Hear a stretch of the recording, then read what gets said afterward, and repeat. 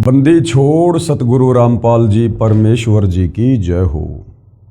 परम पिता परमेश्वर सारी सृष्टि के रचनहार कुल मालिक असंख्य ब्रह्मांडों के स्वामी जगत गुरु तीनों लोकों में प्रवेश करके सबका धारण पोषण करने वाले राजाधिराज आत्माधार नाथों के नाथ देवों के देव महादेव सर्वेश्वर महेश्वर मृत्युंजय अजरो अमर आदि अनादि सनातनी प्रभु जगत पिता जगदीश्वर श्री श्री 1008 की उपाधि के वास्तविक अधिकारी अकाल मूरत शब्द स्वरूपी राम वासुदेव सर्वगतम ब्रह्म परम पूज्य प्रथम पूज्य परम संत परम पुरुष परम धनी परम दयालु सत्य कबीर हक्का कबीर अल्लाहु कबीर अल्लाहु अकबर बाखबर अल्लाह ताला जगत के तारणहार जगत के मुक्तिदाता जगत के जगन्नाथ हारे के सहारे हिंदुओं के राम मुसलमानों के अल्लाह सिखों के वाहिगुरु ईसाइयों के मसीह दया के सागर दया निधि करुणा के सागर करुणा निधि स्वयंभू परिभू संकट मोचन कष्ट हरण मंगल करण दुख भंजन अविगत कबीर निर्विकार निर्विषम परमात्मा अलय अलेख सतगुरु आदि अनादि सतगुरु असली मर्यादा पुरुषोत्तम असली राम असली कृष्ण असली घनश्याम असली मुरारी राजाओं के राजा महाराजाओं के महाराजा शहंशाहों के शहंशाह सम्राटों के सम्राट भगवानों के भगवान अल्लाहों के अल्लाह प्रभुओं के प्रभु मसीहाओं के मसीह सच्चे वाहिगुरु बाबाओं के बाबा पीरों के पीर सेठों के सेठ जगत सेठ सावड़सा सेठ सर्वगुण संपन्न अनंत कोटि कलाओं के स्वामी अनंत कोटि ब्रह्मांडों के नायक योगियों में महायोगी ध्यानियों में महाध्यानी सिद्धों में परम सिद्ध ज्ञानियों में तत्व ज्ञानी ब्रह्म ज्ञानी महाज्ञानी परम ज्ञानी सर्वश्रेष्ठ ज्ञानी विज्ञानी युवा कबीर समर्थ कबीर असमवात अमित ओजा सच्चे रहनुमा करीम अल्लाह सुबहान अल्लाह दुनिया के अंतिम पैगंबर 8 सितंबर 1951 से गांव धनाना जिला सोनीपत हरियाणा भारतवर्ष की पावन भूमि पे प्रकट रियल कल की भगवान श्री नारायण साकार हरि श्री बाबा साहेब नूर अनंत परमात्मा सच्चे दरवेश सच्चे बाखबर संत श्रोमणी सतगुरु रामपाल जी परमेश्वर जी के चरण कमल में आप और हम सभी भाई बहनों का अनंत कोटि दंडवत प्रणाम।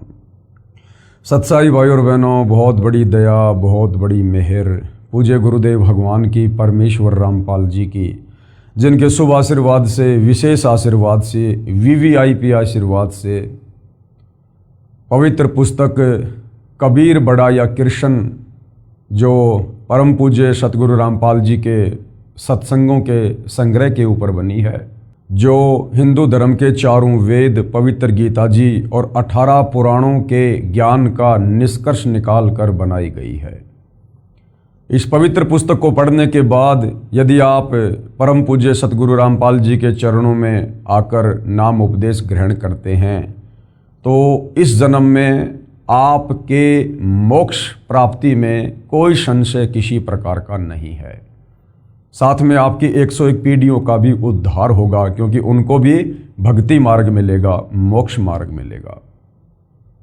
भाई और बहनों, ये पवित्र पुस्तक हिंदू समाज के लिए एक वरदान से कम नहीं है, क्योंकि सदियों से हमारे नादान तत्व ज्ञानहीन धर्म गुरुओं ने आचार्य शंकराचार्यों ने हमें जो शास्त्रों के विरुद्ध भक्ति करवाकर परमेश्वर से मिलने वाले लाभ से वंचित रखा है।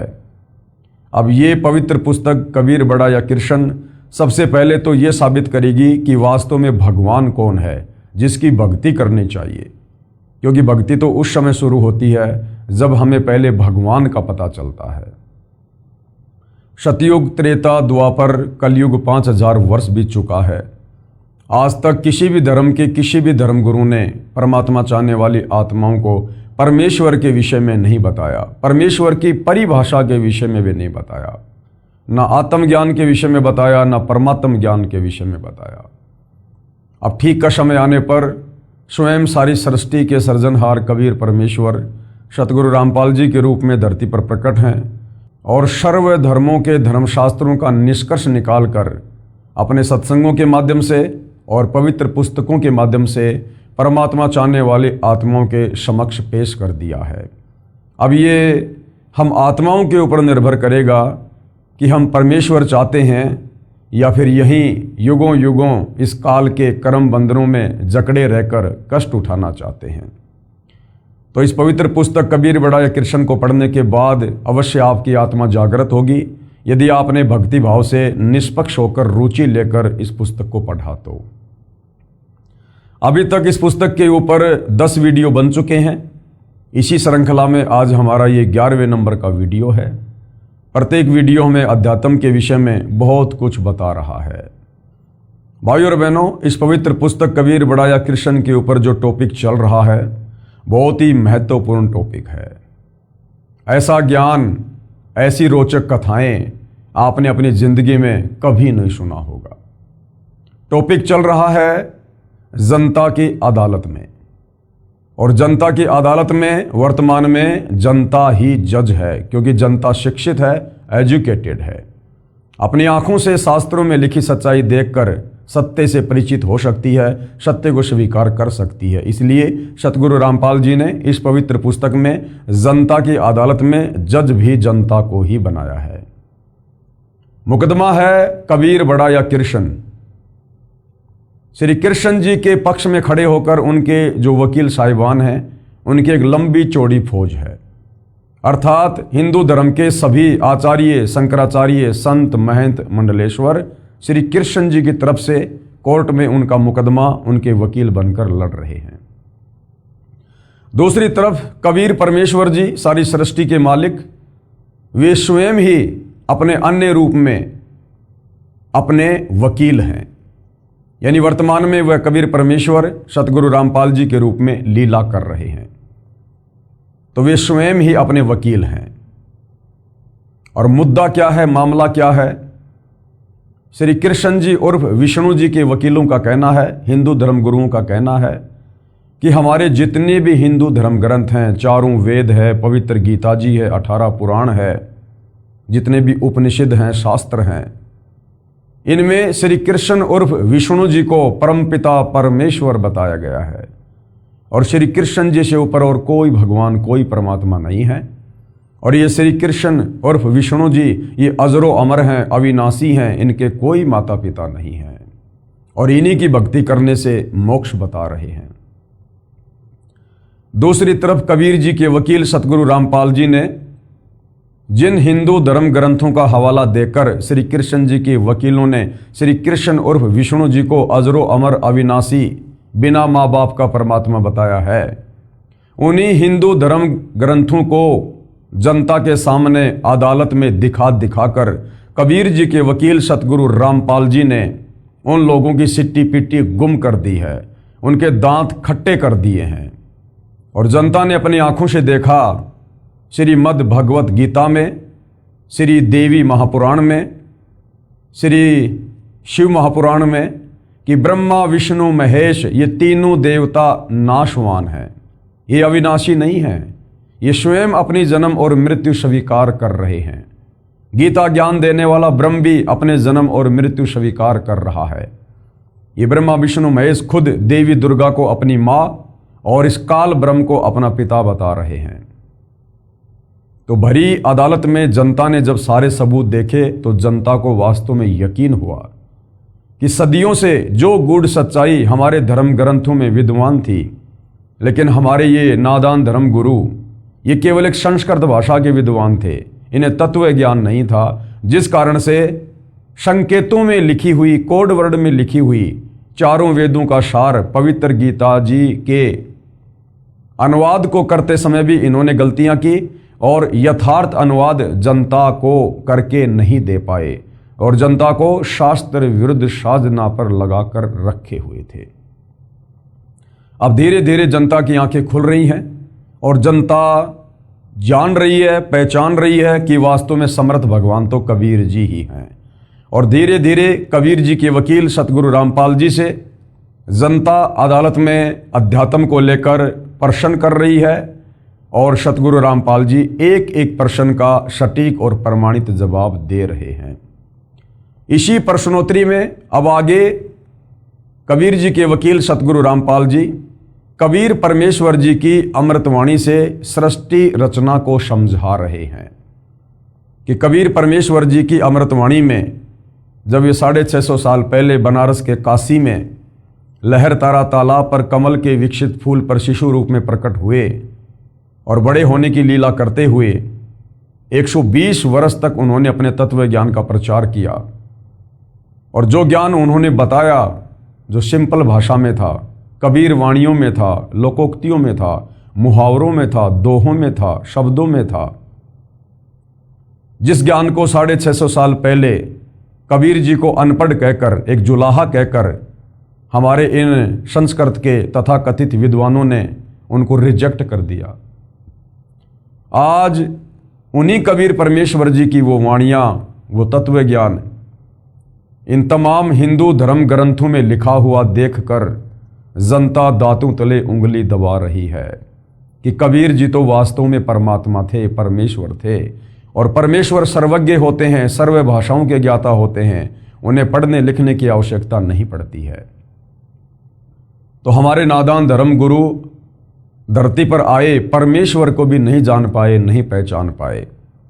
वे स्वयं भी मोक्ष से वंचित रहे, हमारे पूर्वजों से भी भक्ति विरुद्ध साधना करवा कर उन्हें प्रेत योनियों में भेज दिया, नीच योनियों में भेज दिया। और अब उनके श्राद्ध निकलवा कर, गीता जी के अनुसार श्राद्ध निकालना भूत पूजा, हमसे भी भूत पूजा करवा रहे हैं, श्राद्ध निकलवा रहे हैं, पाखंड पूजा करवा रहे हैं, उन्हीं प्रेत योनियों में उन पूर्वजों के पास भेजने के लिए। तो जनता सतगुरु रामपाल जी का धन्यवाद कर रही है और साथ में अध्यात्म में रुचि ले रही है। और आज जनता की अदालत में सतगुरु रामपाल जी जनता के सामने कबीर परमेश्वर जी की अमृतवाणी में सृष्टि रचना को प्रमाणित कर रहे हैं, जो बहुत ही ध्यान से सुनने की आवश्यकता है। पवित्र पुस्तक कबीर बढ़ाया कृष्ण, पूज्य कबीर परमेश्वर अर्थात कबीर देव, ये जो शब्द है कबीर देव, ये वेदों में लिखा हुआ है। यानी वेदों में कबीर परमेश्वर जी को कबीर अग्नि और कबीर देव और कवि के नाम से संबोधित किया गया है। साधारण भाषा में हम उनको कबीर साहिब या कबीर परमेश्वर जी बोलते हैं। तो कबीर परमेश्वर जी की अमृतवाणी में सृष्टि रचना, यानी 650 साल पहले उन्होंने जो अमृतवाणी बोली, जो आदरणीय धर्मदास जी के द्वारा कबीर सागर के रूप में लिपिबद्ध कर ली गई, जिसको पांचवा वेद सूक्ष्म वेद कहते हैं, उसमें सृष्टि रचना को लेकर क्या कुछ कहा गया है, जिसका समर्थन आज हमारे चारों वेद, गीता जी और पुराण भी कर रहे हैं। तो देखिएगा ध्यान से। विशेष निम्न अमृतवाणी सन 1403 से जब पूज्य कबीर देव यानी कबीर परमेश्वर लीला में शरीर में 5 वर्ष के हुए, सन 1518 जब कबीर देव कबीर परमेश्वर मगर स्थान से सह शरीर सतलोक गए, उसके बीच में लगभग 600 वर्ष पूर्व परम पूज्य कबीर परमेश्वर कबीर देव जी द्वारा अपने निजी सेवक दास भगत आदरणीय धर्मदास साहिब को सुनाई थी तथा धनी धर्मदास साहिब जी ने लिपिबद्ध कर ली थी। जो अमृतवाणी कबीर परमेश्वर जी की आपको सुनाई जाएगी, ये उस समय की है जब कबीर परमेश्वर सन 1398 में बनारस के काशी में प्रकट हुए और जब लीला में तरीके से 5 वर्ष के हुए, उसके बाद उन्होंने अपने ज्ञान का, तत्व ज्ञान का प्रचार प्रसार करना शुरू किया। और कबीर परमेश्वर जी जब 5 वर्ष की लीला में आयु में थे तो उनके जो प्रथम शिष्य थे वो 104 वर्ष के हिंदू धर्म के सुप्रसिद्ध विद्वान पंडित रामानंद जी हुए। 104 वर्ष के चारों वेदों के विद्वान, गीता जी के विद्वान, 18 पुराणों के विद्वान, जिनका डंका बोलता था, उस 104 वर्ष के वृद्ध पंडित रामानंद जी ने 5 वर्ष की लीला में उम्र में जो कबीर परमेश्वर जी थे, उनके तत्व ज्ञान के आगे घुटने टेक दिए और उन्हें अपना गुरु धारण किया। लेकिन दुनिया की नज़रों में कबीर जी ने रामानंद जी को ही अपना मुंह बोला गुरु बना के रखा, गुरु शिष्य परंपरा को बनाए रखने के लिए। अन्यथा कबीर परमेश्वर जी ने गुरु धारण करने की आवश्यकता नहीं होती है, वे तो जगत गुरु हैं, सारी सृष्टि को ज्ञान देने के लिए आते हैं। लेकिन इस काल लोक में गुरु शिष्य परंपरा को बनाए रखने के लिए उन्होंने ये लीला की थी। तो जब कबीर परमेश्वर जी 5 वर्ष के थे लीलामय उम्र में, तो 5 वर्ष से उन्होंने तत्व ज्ञान देना शुरू किया और सन 1518 मगर से वे सशरीर सतलोक गए। उस समय तक की उनकी जो अमृतवाणियां हैं उससे आपको सृष्टि रचना बताई जा रही है तथा धनी धर्मदास साहिब जी ने लिपिबद्ध कर ली। परंतु उस समय के पवित्र हिंदुओं तथा पवित्र मुसलमानों के नादान गुरुओं नीम हकीमों ने कहा कि ये धानक जुलाहा कबीर झूठा है। किसी भी सदग्रंथ में श्री ब्रह्मा जी, श्री विष्णु जी तथा श्री शिव जी के माता पिता का नाम नहीं है। ये तीनों प्रभु यानी ब्रह्मा विष्णु महेश ये अविनाशी हैं, इनका जन्म मृत्यु नहीं होता। न ही पवित्र वेदों व पवित्र कुरान शरीफ आदि में कबीर परमेश्वर का कोई प्रमाण है तथा परमात्मा को निराकार लिखा है। ये हमारे हिंदू धर्मगुरु बताया करते थे। हम प्रतिदिन शास्त्रों को पढ़ते थे, संस्कृत के विद्वान थे, लेकिन तत्व ज्ञान नहीं था। तो तत्व ज्ञान के अभाव में वो समझ नहीं पाए कि इन वाणियों में लिखा क्या है, अध्यायों में श्लोकों में लिखा क्या है। जिस प्रकार भाइयों और बहनों 5वीं कक्षा में पढ़ने वाला बच्चा अच्छे से हिंदी पढ़ना जान जाता है, अब उस 5वीं कक्षा के बच्चे को जो केवल हिंदी ही पढ़ना जानता है, वो शब्दों के उन अर्थों को नहीं जानता। यदि उसको पीएचडी की पुस्तक दे दी जाए, वो बच्चा उसको पढ़ देगा क्योंकि हिंदी में है, लेकिन उन शब्दों के अर्थों को नहीं समझ सकता।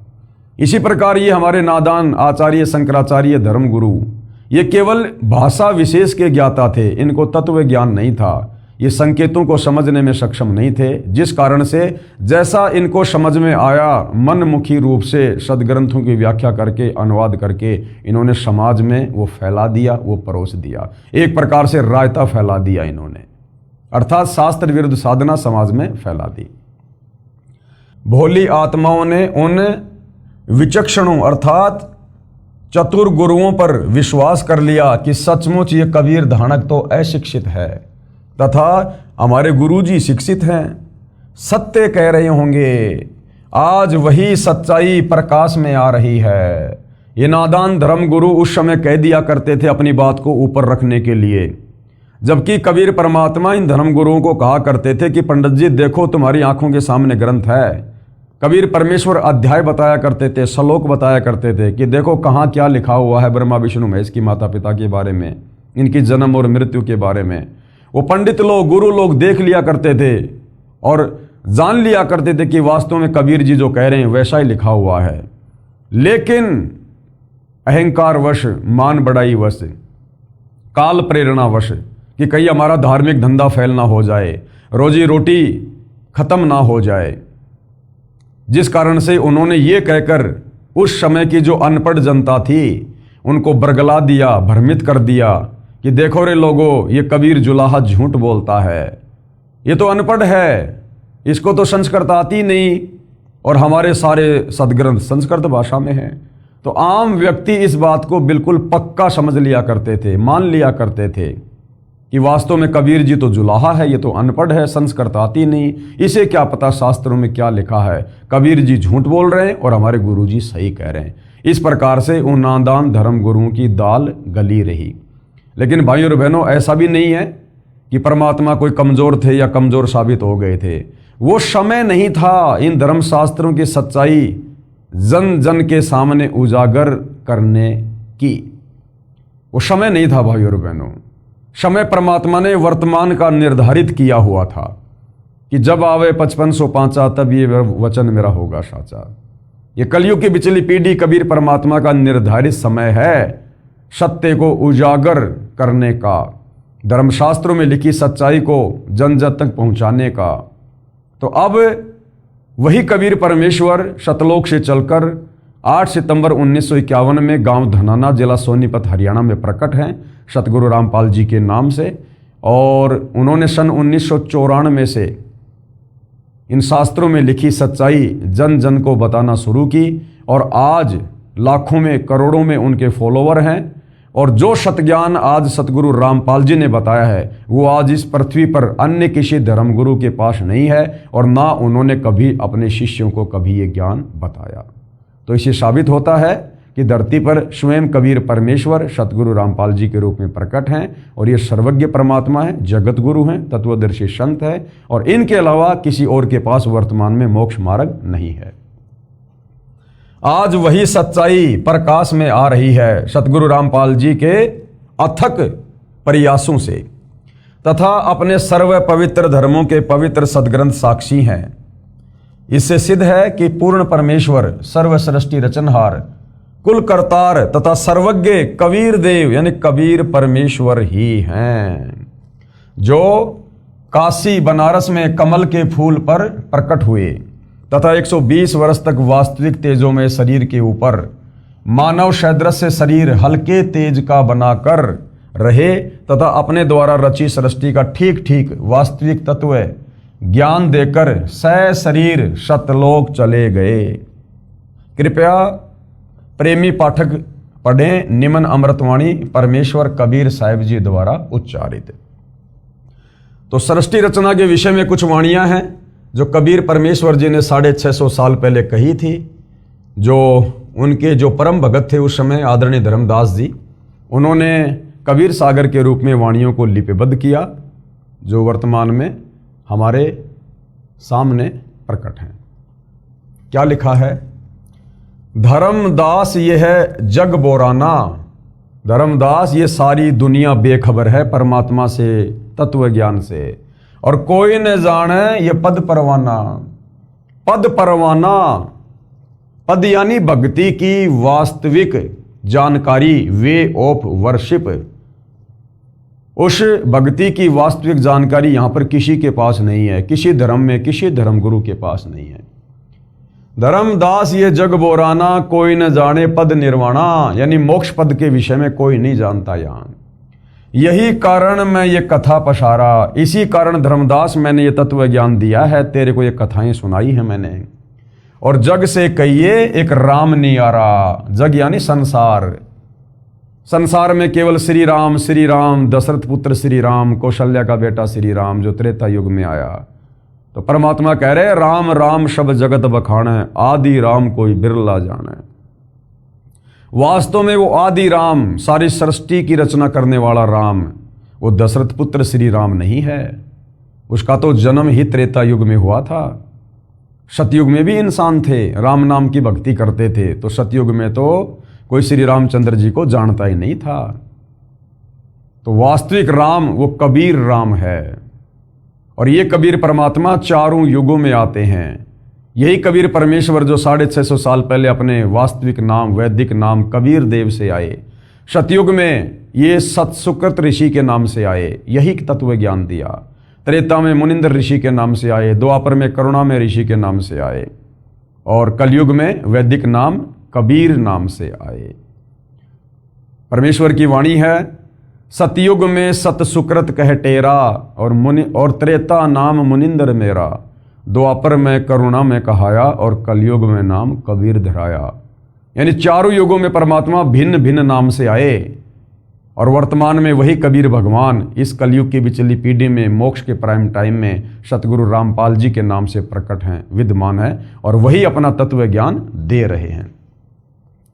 तो धर्मदास संसार से कहना कि वास्तव में राम तो कोई न्यारा ही है, जिससे मुक्ति होगी, मोक्ष होगा। यही ज्ञान जग जीव सुनाओ, धर्मदास जो ज्ञान मैंने तेरे को सुनाया है तत्व ज्ञान, यही तू आगे फैला, अन्य जीवों को सुना, और सब जीवों का भ्रम नसाओ, और सबकी भ्रमणा निकाल दो। जैसे धर्मदास तू भ्रमित था, तू पहले श्री विष्णु को अपना इष्ट मान के पूजा करता था, अब तेरे को तत्व ज्ञान हुआ और अब तू सत्य पुरुष की भक्ति कर रहा है। इसी प्रकार से धर्मदास सभी जीवों को जो भ्रम है कि ब्रह्मा विष्णु महेश ही परमात्मा है, अजरो अमर है, इन्हीं की भक्ति से मोक्ष होगा, ये तत्व ज्ञान सुना सुना के सत्य पुरुष की जानकारी देकर, सतलोक की जानकारी देकर सबका भ्रम निवारण कर दे। अब मैं तुमसे कहूं चिताई, धर्मदास अब मैं तेरे से कहूंगा, तू ध्यान लगा के सुन।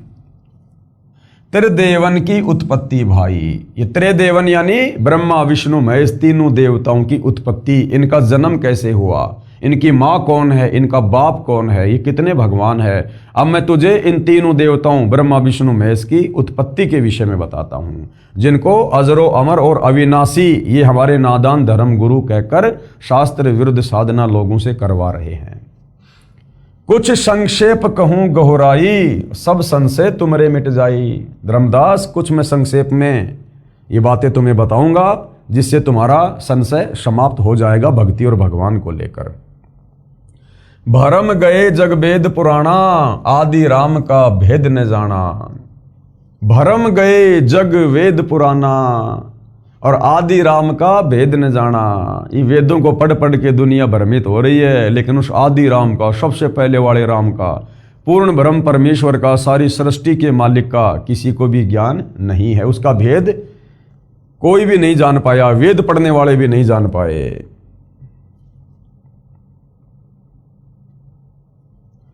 राम राम सब जगत बखाने और आदि राम कोई बिरला ही जाने। दशरथ पुत्र राम के विषय में तो सब कहते हैं कि राम राम जय जय राम श्री राम, परंतु उससे पहले वाला जो राम है, सतयुग वाला राम, उस आदि राम, उस कबीर राम के बारे में, सत्य राम के बारे में, सत कबीर के बारे में कोई नहीं जानता है। वो तो कोई बिरला ही जानेगा, बिरला, जिस पर कबीर परमेश्वर की खुद की रजा होगी, वे स्वयं उसको बताएंगे, समझाएंगे, वही जान सकता है।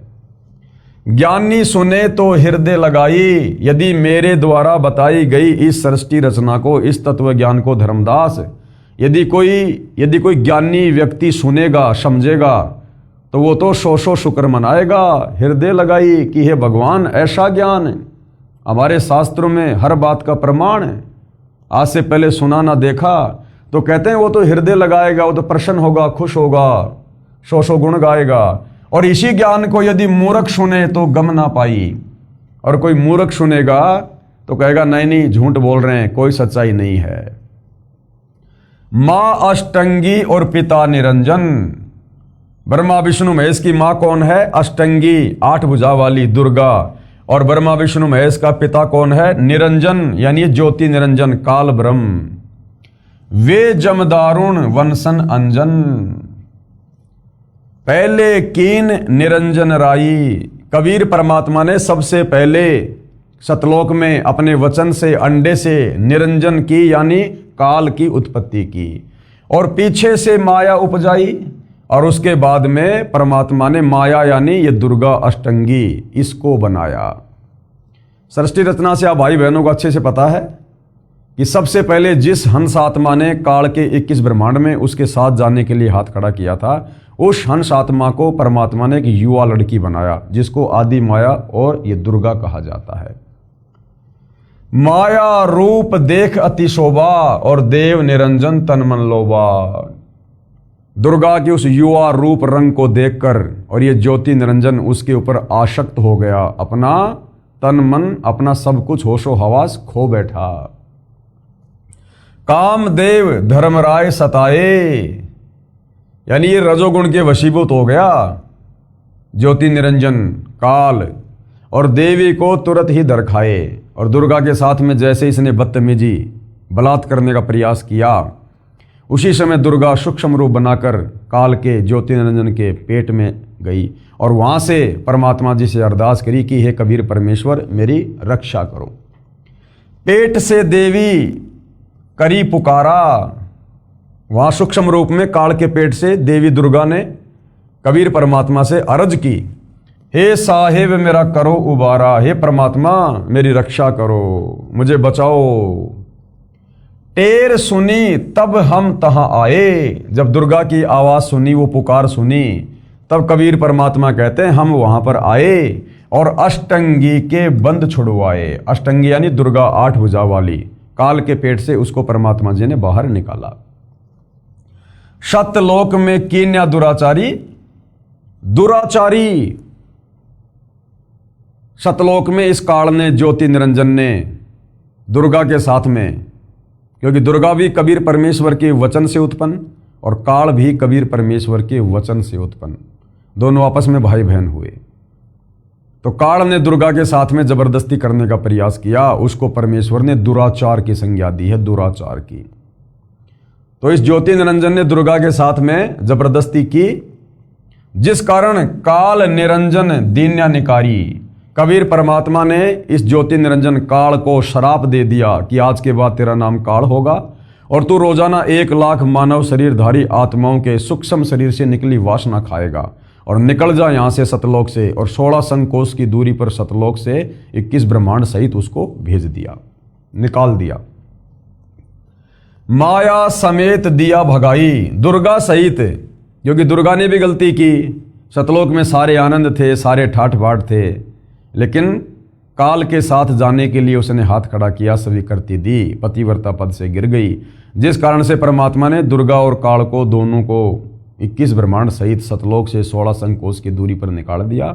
और दुर्गा के पीछे पीछे हम असंख्य आत्माओं ने, जो आज यहाँ ब्रह्मा विष्णु महेश, लक 84 में गधा कुत्ता शुअर देव जितने भी हैं प्राणी 21 ब्रह्मांड में, मक्खी मच्छर कीट पतंग, हम सब ने भी हाथ खड़े कर दिए थे। तो हम सबको कबीर परमात्मा ने सूक्ष्म रूप बनाया और दुर्गा के अंतःकरण में डाल दिया और कहा कि मैंने तेरे को शब्द शक्ति दे दी है, ये काल जितनी आत्मा कहे तू अपने वचन से उत्पन्न कर देना। माया समेत दिया भगाई, 16 शंख कोश दूरी पर आई, यानी सतलोक से 16 शंख कोश की दूरी पर ये काल के 21 ब्रह्मांड आ गए। अष्टंगी और काल अबदोई, अब 21 ब्रह्मांड में कौन है? ये दुर्गा और काल दोनों। मंद कर्म से गए बिगोई, इन्होंने सतलोक में वो गंदा कर्म किया। गंदा कर्म मतलब दुर्गा ने तो ये गलती करी कि वो अपने परमपिता परमेश्वर के पतिव्रता पद से गिर गई हाथ खड़ा करके। और काल ने क्या मंदा कर्म किया? दुर्गा के यौवन को देखकर, रूप रंग को देखकर उसके ऊपर आसक्त होकर जबरदस्ती करने का उसने जो है कुप्रयास किया। तो इन कुकर्मों के चलते दोनों को वहां से निकाल दिया।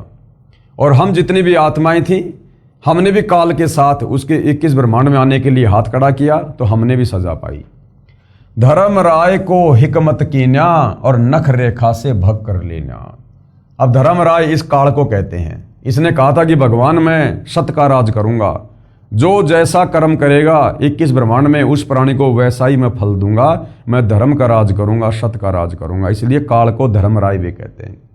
नख रेखा से भग कर लेना, अपने नाखूनों से, अपनी वचन शक्ति से, सिद्धि शक्ति से इसने यहां आकर दुर्गा को स्त्री इंद्री लगाई अपनी काम वासना की पूर्ति के लिए। धर्म राय कीन्या भोग विलासा, और इस धर्म राय काल ने दुर्गा के साथ में पति पत्नी व्यवहार किया, भोग विलास किया। माया को रही तब आशा, काल ने दुर्गा के साथ भोग विलास किया यानी सेक्स की। उसके बाद दुर्गा जो है ये प्रेग्नेंट हो गई, माया को रही तब आशा। 3 पुत्र अष्टंगी जाए, अष्टंगी यानी दुर्गा आदि माया, इसने 3 पुत्रों को जन्म दिया। 3 पुत्र अष्टंगी जाए। 650 साल पहले कबीर भगवान ने यह अमृतवाणी कही थी, जो उस समय के नादान धर्मगुरुओं ने अभिमानवश रिजेक्ट कर दिया। और आज हमारी ये पवित्र गीता, देवी महापुराण आज इस सृष्टि रचना का समर्थन कर रहे हैं कि हाँ बिल्कुल ब्रह्मा विष्णु महेश की माँ दुर्गा है और इनका जो पिता है वो काल है। 3 पुत्र अष्टंगी जाए, और क्या नाम रखे? ब्रह्मा विष्णु शिव नाम धराए। क्या नाम रखे उनके? ब्रह्मा विष्णु और शिव। 3 देव विस्तार चलाए और इनमें ये जग धोखा खाए। और यही तीनों देवता काल और दुर्गा के ये तीनों पुत्र ब्रह्मा विष्णु महेश 3 देव विस्तार चलाए। फिर इस काल ने क्या किया? 3 पुत्रों की उत्पत्ति कर दी, समय आने पर उनको तैयार कर दिया सृष्टि रचना के लिए, एक एक गुण से युक्त करके। ब्रह्मा जी को रजोगुण से युक्त कर दिया, विष्णु जी को शतोगुण से, शंकर जी को तमोगुण से। और काल ने कहा कि दुर्गा अब मैं किसी को भी अपने ओरिजिनल काल रूप में दर्शन नहीं दूंगा, और इन तीनों पुत्रों के माध्यम से अब तू मेरे एक ब्रह्मांड में सृष्टि रचना का कार्य शुरू कर। तो एक ब्रह्मांड में 3 लोकों में, पृथ्वी लोक, स्वर्गलोक और पाताल लोक, इस एक ब्रह्मांड में जो सृष्टि रचना का कार्य जो चल रहा है रजोगुण के प्रभाव से, ब्रह्मा जी के रजोगुण के प्रभाव से, यहां पर सभी जीव जबरदस्ती वासना से प्रेरित होकर संतान उत्पत्ति करते हैं। हमसे जबरदस्ती संतान उत्पत्ति करवाई जा रही है। विष्णु जी के सतोगुण के प्रभाव से ना चाहते हुए जबरदस्ती हम मोह ममता में बंधे रहते हैं, मेरा बेटी, मेरा बेटा, मेरी कार, मेरी कोठी। और श्री शंकर जी के तमोगुण के प्रभाव से लड़ाई झगड़ा, मन मुटाव, राग द्वेष, ईर्ष्या, इस प्रकार की भावना। काल ये सब कुछ क्यों करवा रहा है? अपने भोजन के लिए, क्योंकि उसे प्रतिदिन 1 लाख मानव शरीरधारी आत्माओं के सूक्ष्म शरीर से निकली वासना खाने का श्राप लगा है। जब ये मानव शरीरधारी प्राणी शरीर छोड़ता है, स्त्री या पुरुष, सबसे पहले ये जीवात्मा सूक्ष्म शरीर में काल के पास 21वें ब्रह्मांड में जहाँ पर ये रहता है, जहाँ पर इसने तपतशिला बना रखी है, ये आत्मा वहाँ जाती है सूक्ष्म शरीर में। और वहाँ पर ये काल सभी आत्माओं को प्रतिदिन 1 लाख सूक्ष्म शरीरधारी आत्माओं को तपतशिला पर भूनता है, जैसे हम तवे के ऊपर जीरा भूनते हैं, चटक चटक करता है। तो सूक्ष्म शरीर में आत्मा मरती नहीं है, लेकिन वो बहुत ज़्यादा पीड़ा सहन करती है, बेहोश हो जाती है। और सारे जीवन काल में उस स्त्री या पुरुष ने जो भी विषय वासना की है, जो भी गंदा कुछ खाया पिया, शराब, मांस, तंबाकू, बीड़ी, सिगरेट, चोरी जारी, ठगी, व्यभिचार, जो भी विषय वासना उसके सूक्ष्म शरीर में जमा हो जाती है, उसको ये काल तपतशिला पर भून भून के जैसे गन्ने का जूस निकाला जाता है, इस प्रकार से इस आत्मा की वासना निकालता है और आत्मा बेहोश हो जाती है, कायल हो जाती है। उसके बाद उस वासना को ये खाता है और उस आत्मा को फिर अपने विधान अनुसार धर्मराज के दरबार में भेज देता है। वहाँ जाकर आत्मा होश में आती है और लाइन में लगी रहती है। अब आगे गधा बनना है, कुत्ता बनना है, नरक में जाना है, स्वर्ग में जाना है, या कोई संस्कार शेष है तो वापस धरती पर जाकर मनुष्य जन्म प्राप्त करना है। और ये वासना ये किस प्रकार से जमा होती है भाई और बहनों? जिस प्रकार हम उदाहरण के लिए रसगुल्ला खाते हैं, आपने जैसे रसगुल्ला अपने मुंह में लिया, जीभ पर रखा, आपको एक टेस्ट आएगा रसगुल्ले का क्या स्वाद है, वो है वासना, वो वासना है। आपने शराब अपने मुंह में डाली, शराब को मुंह में डालते ही, जीभ पर डालते ही आपको उसका एक टेस्ट आएगा जैसा भी है, वो वासना है। वो कहाँ जमा हो रही है? वो हमारे सूक्ष्म शरीर में जमा हो रही है। हमारे मुंह से अंदर वो वस्तु जाते ही उसका कोई टेस्ट नहीं रहता। तो वो जो वासना जमा हो रही है, खट्टी, मीठी, तीखी, जैसी भी है, वो वासना हमारे सूक्ष्म शरीर में जमा होती रहती है। और जिसमें जितनी ज़्यादा वासना होती है, तपतशिला पर उसको उतने ज़्यादा टाइम तक भूना जाता है, उतना ज़्यादा वो दुखी होता है, परेशान होता है। तो वो वासना ये काल खाता है, इस वासना को खाने का श्राप लगा हुआ है। तो क्या कहते हैं? 3 देव विस्तार चलावे। एक ब्रह्मांड में काल की सृष्टि, तीनों देवता ब्रह्मा विष्णु महेश चला रहे हैं।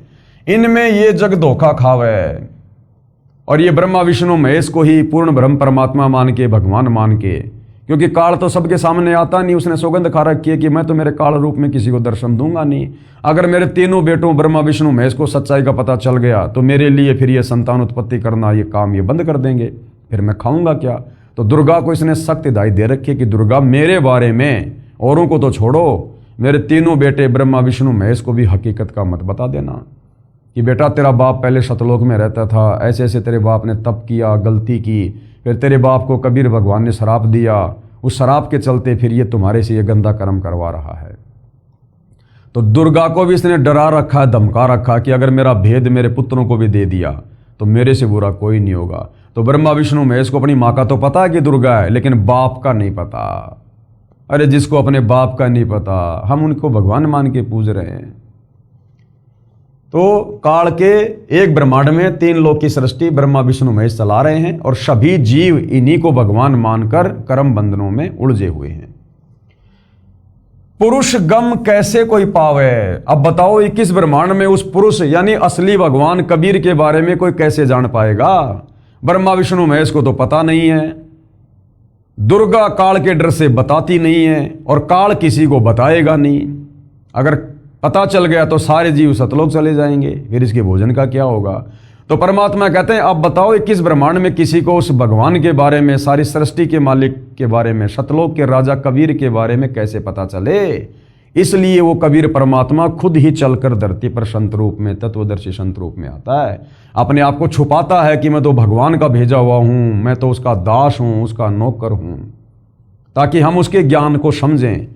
अगर वो इंसान रूप में आके कह दे मैं भगवान हूं तो कोई भी उसके ज्ञान को स्वीकार नहीं करेगा कि ये तो बड़ा अहंकारी आदमी है, बड़ा पाखंडी आदमी है, हमारे सामने जन्म लिया और अपने आप को भगवान कह रहा है। इसलिए कबीर भगवान ने अपने आप को छुपाना पड़ता है, अपने आप को तत्वदर्शी संत कहते हैं, जगत गुरु कहते हैं, साधु कहते हैं, भगवान का भेजा हुआ दास कहते हैं।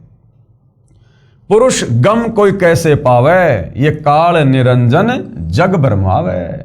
इस काल ने अपने पुत्र ब्रह्मा विष्णु महेश और दुर्गा के माध्यम से पूरे संसार को भ्रमित कर रखा है, असली भगवान को लेकर, भक्ति को लेकर।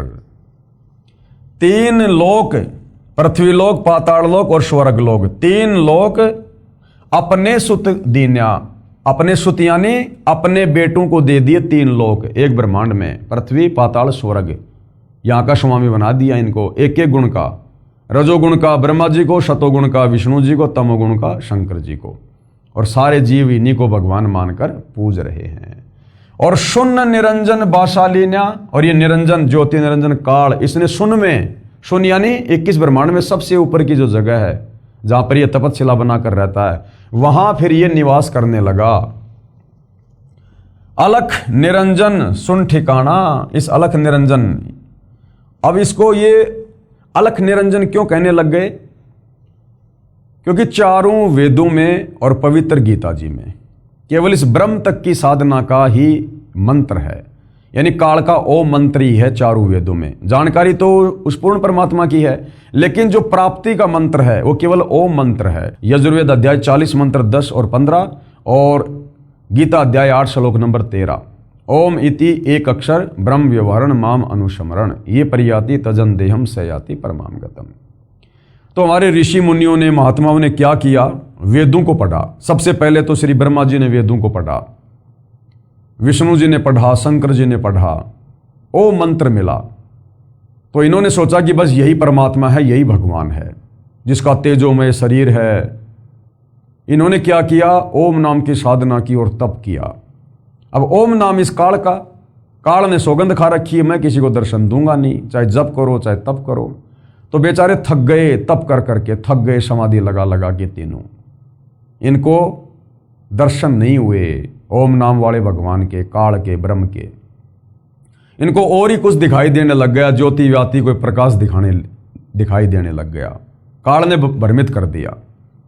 तो इन्होंने फिर समाधि से बाहर आके लोगों को क्या बताया कि भगवान का तो प्रकाश रूप है, बाकी भगवान निराकार है। अरे निराकार का प्रकाश कैसे दिखाई देगा? फिर प्रकाश कैसे दिखाई देगा? प्रकाश उसी का तो होगा जो कोई वस्तु होगी, कोई साकार होगा। अब कोई कहे कि सूर्य निराकार है लेकिन सूर्य का प्रकाश है, तो बिना सूरज के, अगर सूरज साकार है तो ही तो उसका प्रकाश होगा। हमारे घरों में जो बल्ब जलते हैं, ट्यूब जलती है, अगर ट्यूब है तो ही उसकी लाइट होगी, बिना ट्यूब के लाइट भी नहीं हो सकती। लेकिन इतनी बुद्धि, इतना दिमाग तत्व ज्ञान के बिना भाई और बहनों हो नहीं सकता। तो ब्रह्मा विष्णु महेश ने सोचा कि भाई भगवान तो निराकार है, उसका तो ज्योति रूप है, बस जगमग जगमग ज्योति वही भगवान है, ज्योत स्वरूपी राम। अब ब्रह्मा जी ने, विष्णु जी ने, शंकर जी ने जब भगवान के दर्शन नहीं किए, काल ने दर्शन नहीं दिए और भगवान को कह दिया अलख निरंजन, यानी वो परमात्मा दिखाई नहीं देता। उसके बाद फिर ये वेदों का ज्ञान ब्रह्मा जी ने अपने वंशजों को, मनु जैसों को दिया। अब जब ब्रह्मा जी को ज्ञान नहीं, भगवान के दर्शन नहीं, तो मनु को कहाँ से होते? उन्होंने भी वेदों को पढ़ा, समाधि लगाई, जैसा भी किया, वो ही अपनी घिसी पीटी व्याख्या उन्होंने आगे समाज में फैला दी कि परमात्मा तो निराकार है, ब्रह्म तो निराकार है, उसको देखा नहीं जा सकता, उसका तो ज्योति रूप है। वो ही आज तक चल रहा था दुनिया में।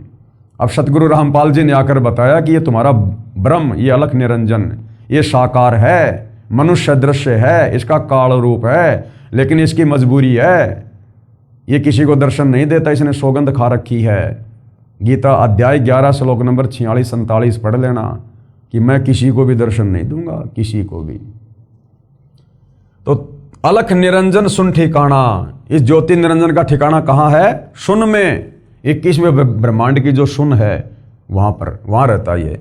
और ब्रह्मा विष्णु शिव भेद न जाना, ये तीनों इसके बेटे भी आज तक इसका भेद नहीं जान पाए, क्योंकि दुर्गा बताती नहीं है, काल किसी को दर्शन देता नहीं है, बाकी किसी को पता नहीं है। तो ब्रह्मा विष्णु महेश भी आज तक अपने पिता से अनभिज्ञ हैं। अब बाकी जीवों की क्या औकात? 3 देव सो उनको ध्यावें, ये तीनों देवता ब्रह्मा विष्णु महेश भी उस काल की पूजा करते हैं, समाधि लगाते हैं। निरंजन का वे पार न पावें, लेकिन आज तक उसके भी दर्शन नहीं कर पाए। उसके भी अलख निरंजन बड़ा बटपारा, बटपारा यानी ठग। ये ज्योति निरंजन जो निराकार भगवान बन के बैठा ना, ये बड़ा ठग है। 21 ब्रह्मांड में सबको ठग रहा है, अपने बेटों को भी नहीं छोड़ता ये। और 3 लोक जीव कीन आहारा, तीनों लोकों के प्राणियों का, स्वर्ग लोक में जो लोग मरते हैं, पृथ्वी लोक पर जो मरते हैं, पाताल लोक में जो मरते हैं, उसके बाद उनको ये तपस्या पे भून भून के खाता है। अपने तीनों बेटे ब्रह्मा विष्णु महेश को भी नहीं छोड़ता, समय आने पर इनको भी तपस्या पे भून भून के खाता है ये। तो 3 लोक के प्राणियों का ये काल आहार करता है, क्योंकि इसको प्रतिदिन 1 लाख मानव शरीरधारी आत्माओं के सूक्ष्म शरीर से निकली वासना, गंध, वो मैल खाने का शराब लगा हुआ है। ब्रह्मा विष्णु शिव नहीं बचाए, ये ब्रह्मा विष्णु शिव भी नहीं बच पाए काल का भोजन बनने से। शकल खाए पुन धूर उड़ाए, ऐसी दुर्गति करता ये, सबको खाता है।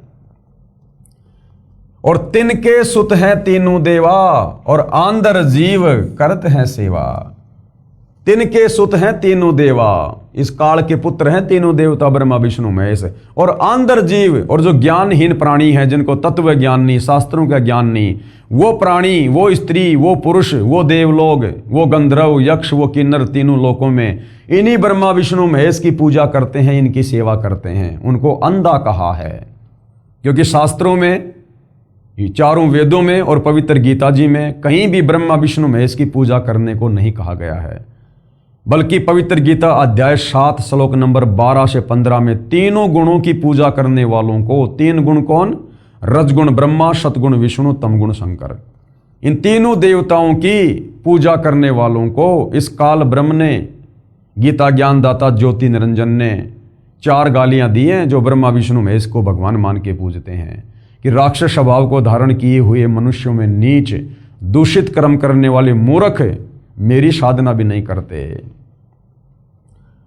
अकाल पुरुष काहू नहीं चीन्या, अकाल यानी जो कभी काल के अंतर्गत नहीं आता, जिसको काल नहीं खा सकता, अविनाशी परमात्मा, अकाल मूर्त यानी कबीर भगवान सत्य पुरुष। कहते हैं अकाल पुरुष काहू नहीं चीन्या, उसको तो किसी ने भी नहीं जाना, किसी ने भी नहीं पहचाना आज तक, क्योंकि किस ब्रह्मांड में कोई बताने वाला ही नहीं। यहां काल किसी को जानकारी होने नहीं देता, या तो खुद ही भगवान बन के बैठा ये। तो 21 ब्रह्मांड के प्राणियों को, बेचारों को कहां से उस अकाल मूर्त शब्द स्वरूपी राम कबीर भगवान के बारे में पता चलता? काल पाए सब ही गए लीना, ब्रह्म काल सकल जग जाने। इस काल को ही ब्रह्म यानी भगवान के नाम से पूरी 21 ब्रह्मांड के आत्माएं जानती हैं कि बस ये ब्रह्म ही भगवान है, ब्रह्म ही भगवान है, वो निराकारी भगवान है। तो इस काल ब्रह्म को, वैसे ब्रह्म शब्द ये कबीर भगवान के लिए है, ब्रह्म यानी परमात्मा, लेकिन इस काल ने यहां पर अपने आप को भी ब्रह्म घोषित कर दिया, ब्रह्म, जीवों को धोखा देने के लिए। तो कहते हैं काल ब्रह्म सकल जग जाने। इस काल ब्रह्म को तो पूरी दुनिया जानती है कि वो ओम नाम वाला भगवान काल ब्रह्म, महाकाल, ज्योति निरंजन, अलख निरंजन, केवल 21 ब्रह्मांड के प्राणी इसी तक सीमित हैं। आदि ब्रह्म को ना पहचाना, उस आदि ब्रह्म, सबसे पहले वाले ब्रह्म, सबसे पहले वाले भगवान कबीर देव को, जो सतलोक में रहते हैं, सारी सृष्टि के मालिक है, उसको कोई नहीं जानता, कोई नहीं पहचानता। इसलिए भाइयों और बहनों, वो आदि ब्रह्म कबीर भगवान खुद ही इस 21 ब्रह्मांड में प्रकट होता है, हमारे जैसा इंसान रूप धारण करता है, अपने तेज पुंज के शरीर को हल्का करके प्रकट होता है, आप और हमें अपनी आत्माओं को सतज्ञान बताने के लिए, वापस सतलोक ले जाने के लिए। आदि ब्रह्म को ना पहचाने। तीनों देव और अवतारा, ये तीनों देवता ब्रह्मा विष्णु महेश और इनके अंश अवतार जो यहां पर पृथ्वी पर प्रकट होते हैं, जैसे विष्णु जी के अवतार के रूप में त्रेता में रामचंद्र जी आए, द्वापर में श्री कृष्ण जी आए, ऐसे ब्रह्मा जी के अवतार के रूप में, ऐसे ही श्री शंकर जी अपने अवतार यहां भेजता है, जैसे हनुमान जी थे, और जो रुद्र अवतार हैं 11। ताको भजे सकल संसारा, ये सारा संसार, तीनों लोकों के प्राणी इन्हीं ब्रह्मा विष्णु महेश को और इनके जो अवतारगण हैं उन्हीं को परमात्मा मानकर पूजते रहते हैं, क्योंकि ये ब्रह्मा विष्णु महेश और इनके अवतार ऊपर के लोगों से काल के द्वारा दी गई थोड़ी बहुत कोई शक्ति लेकर आते हैं, यानी अन्य आम प्राणियों से ज़्यादा ताकतवर, शक्तिशाली, सिद्धि युक्त होते हैं और कुछ ऐसे कार्य कर देते हैं जिससे ये आम प्राणियों में भगवान सिद्ध हो जाते हैं।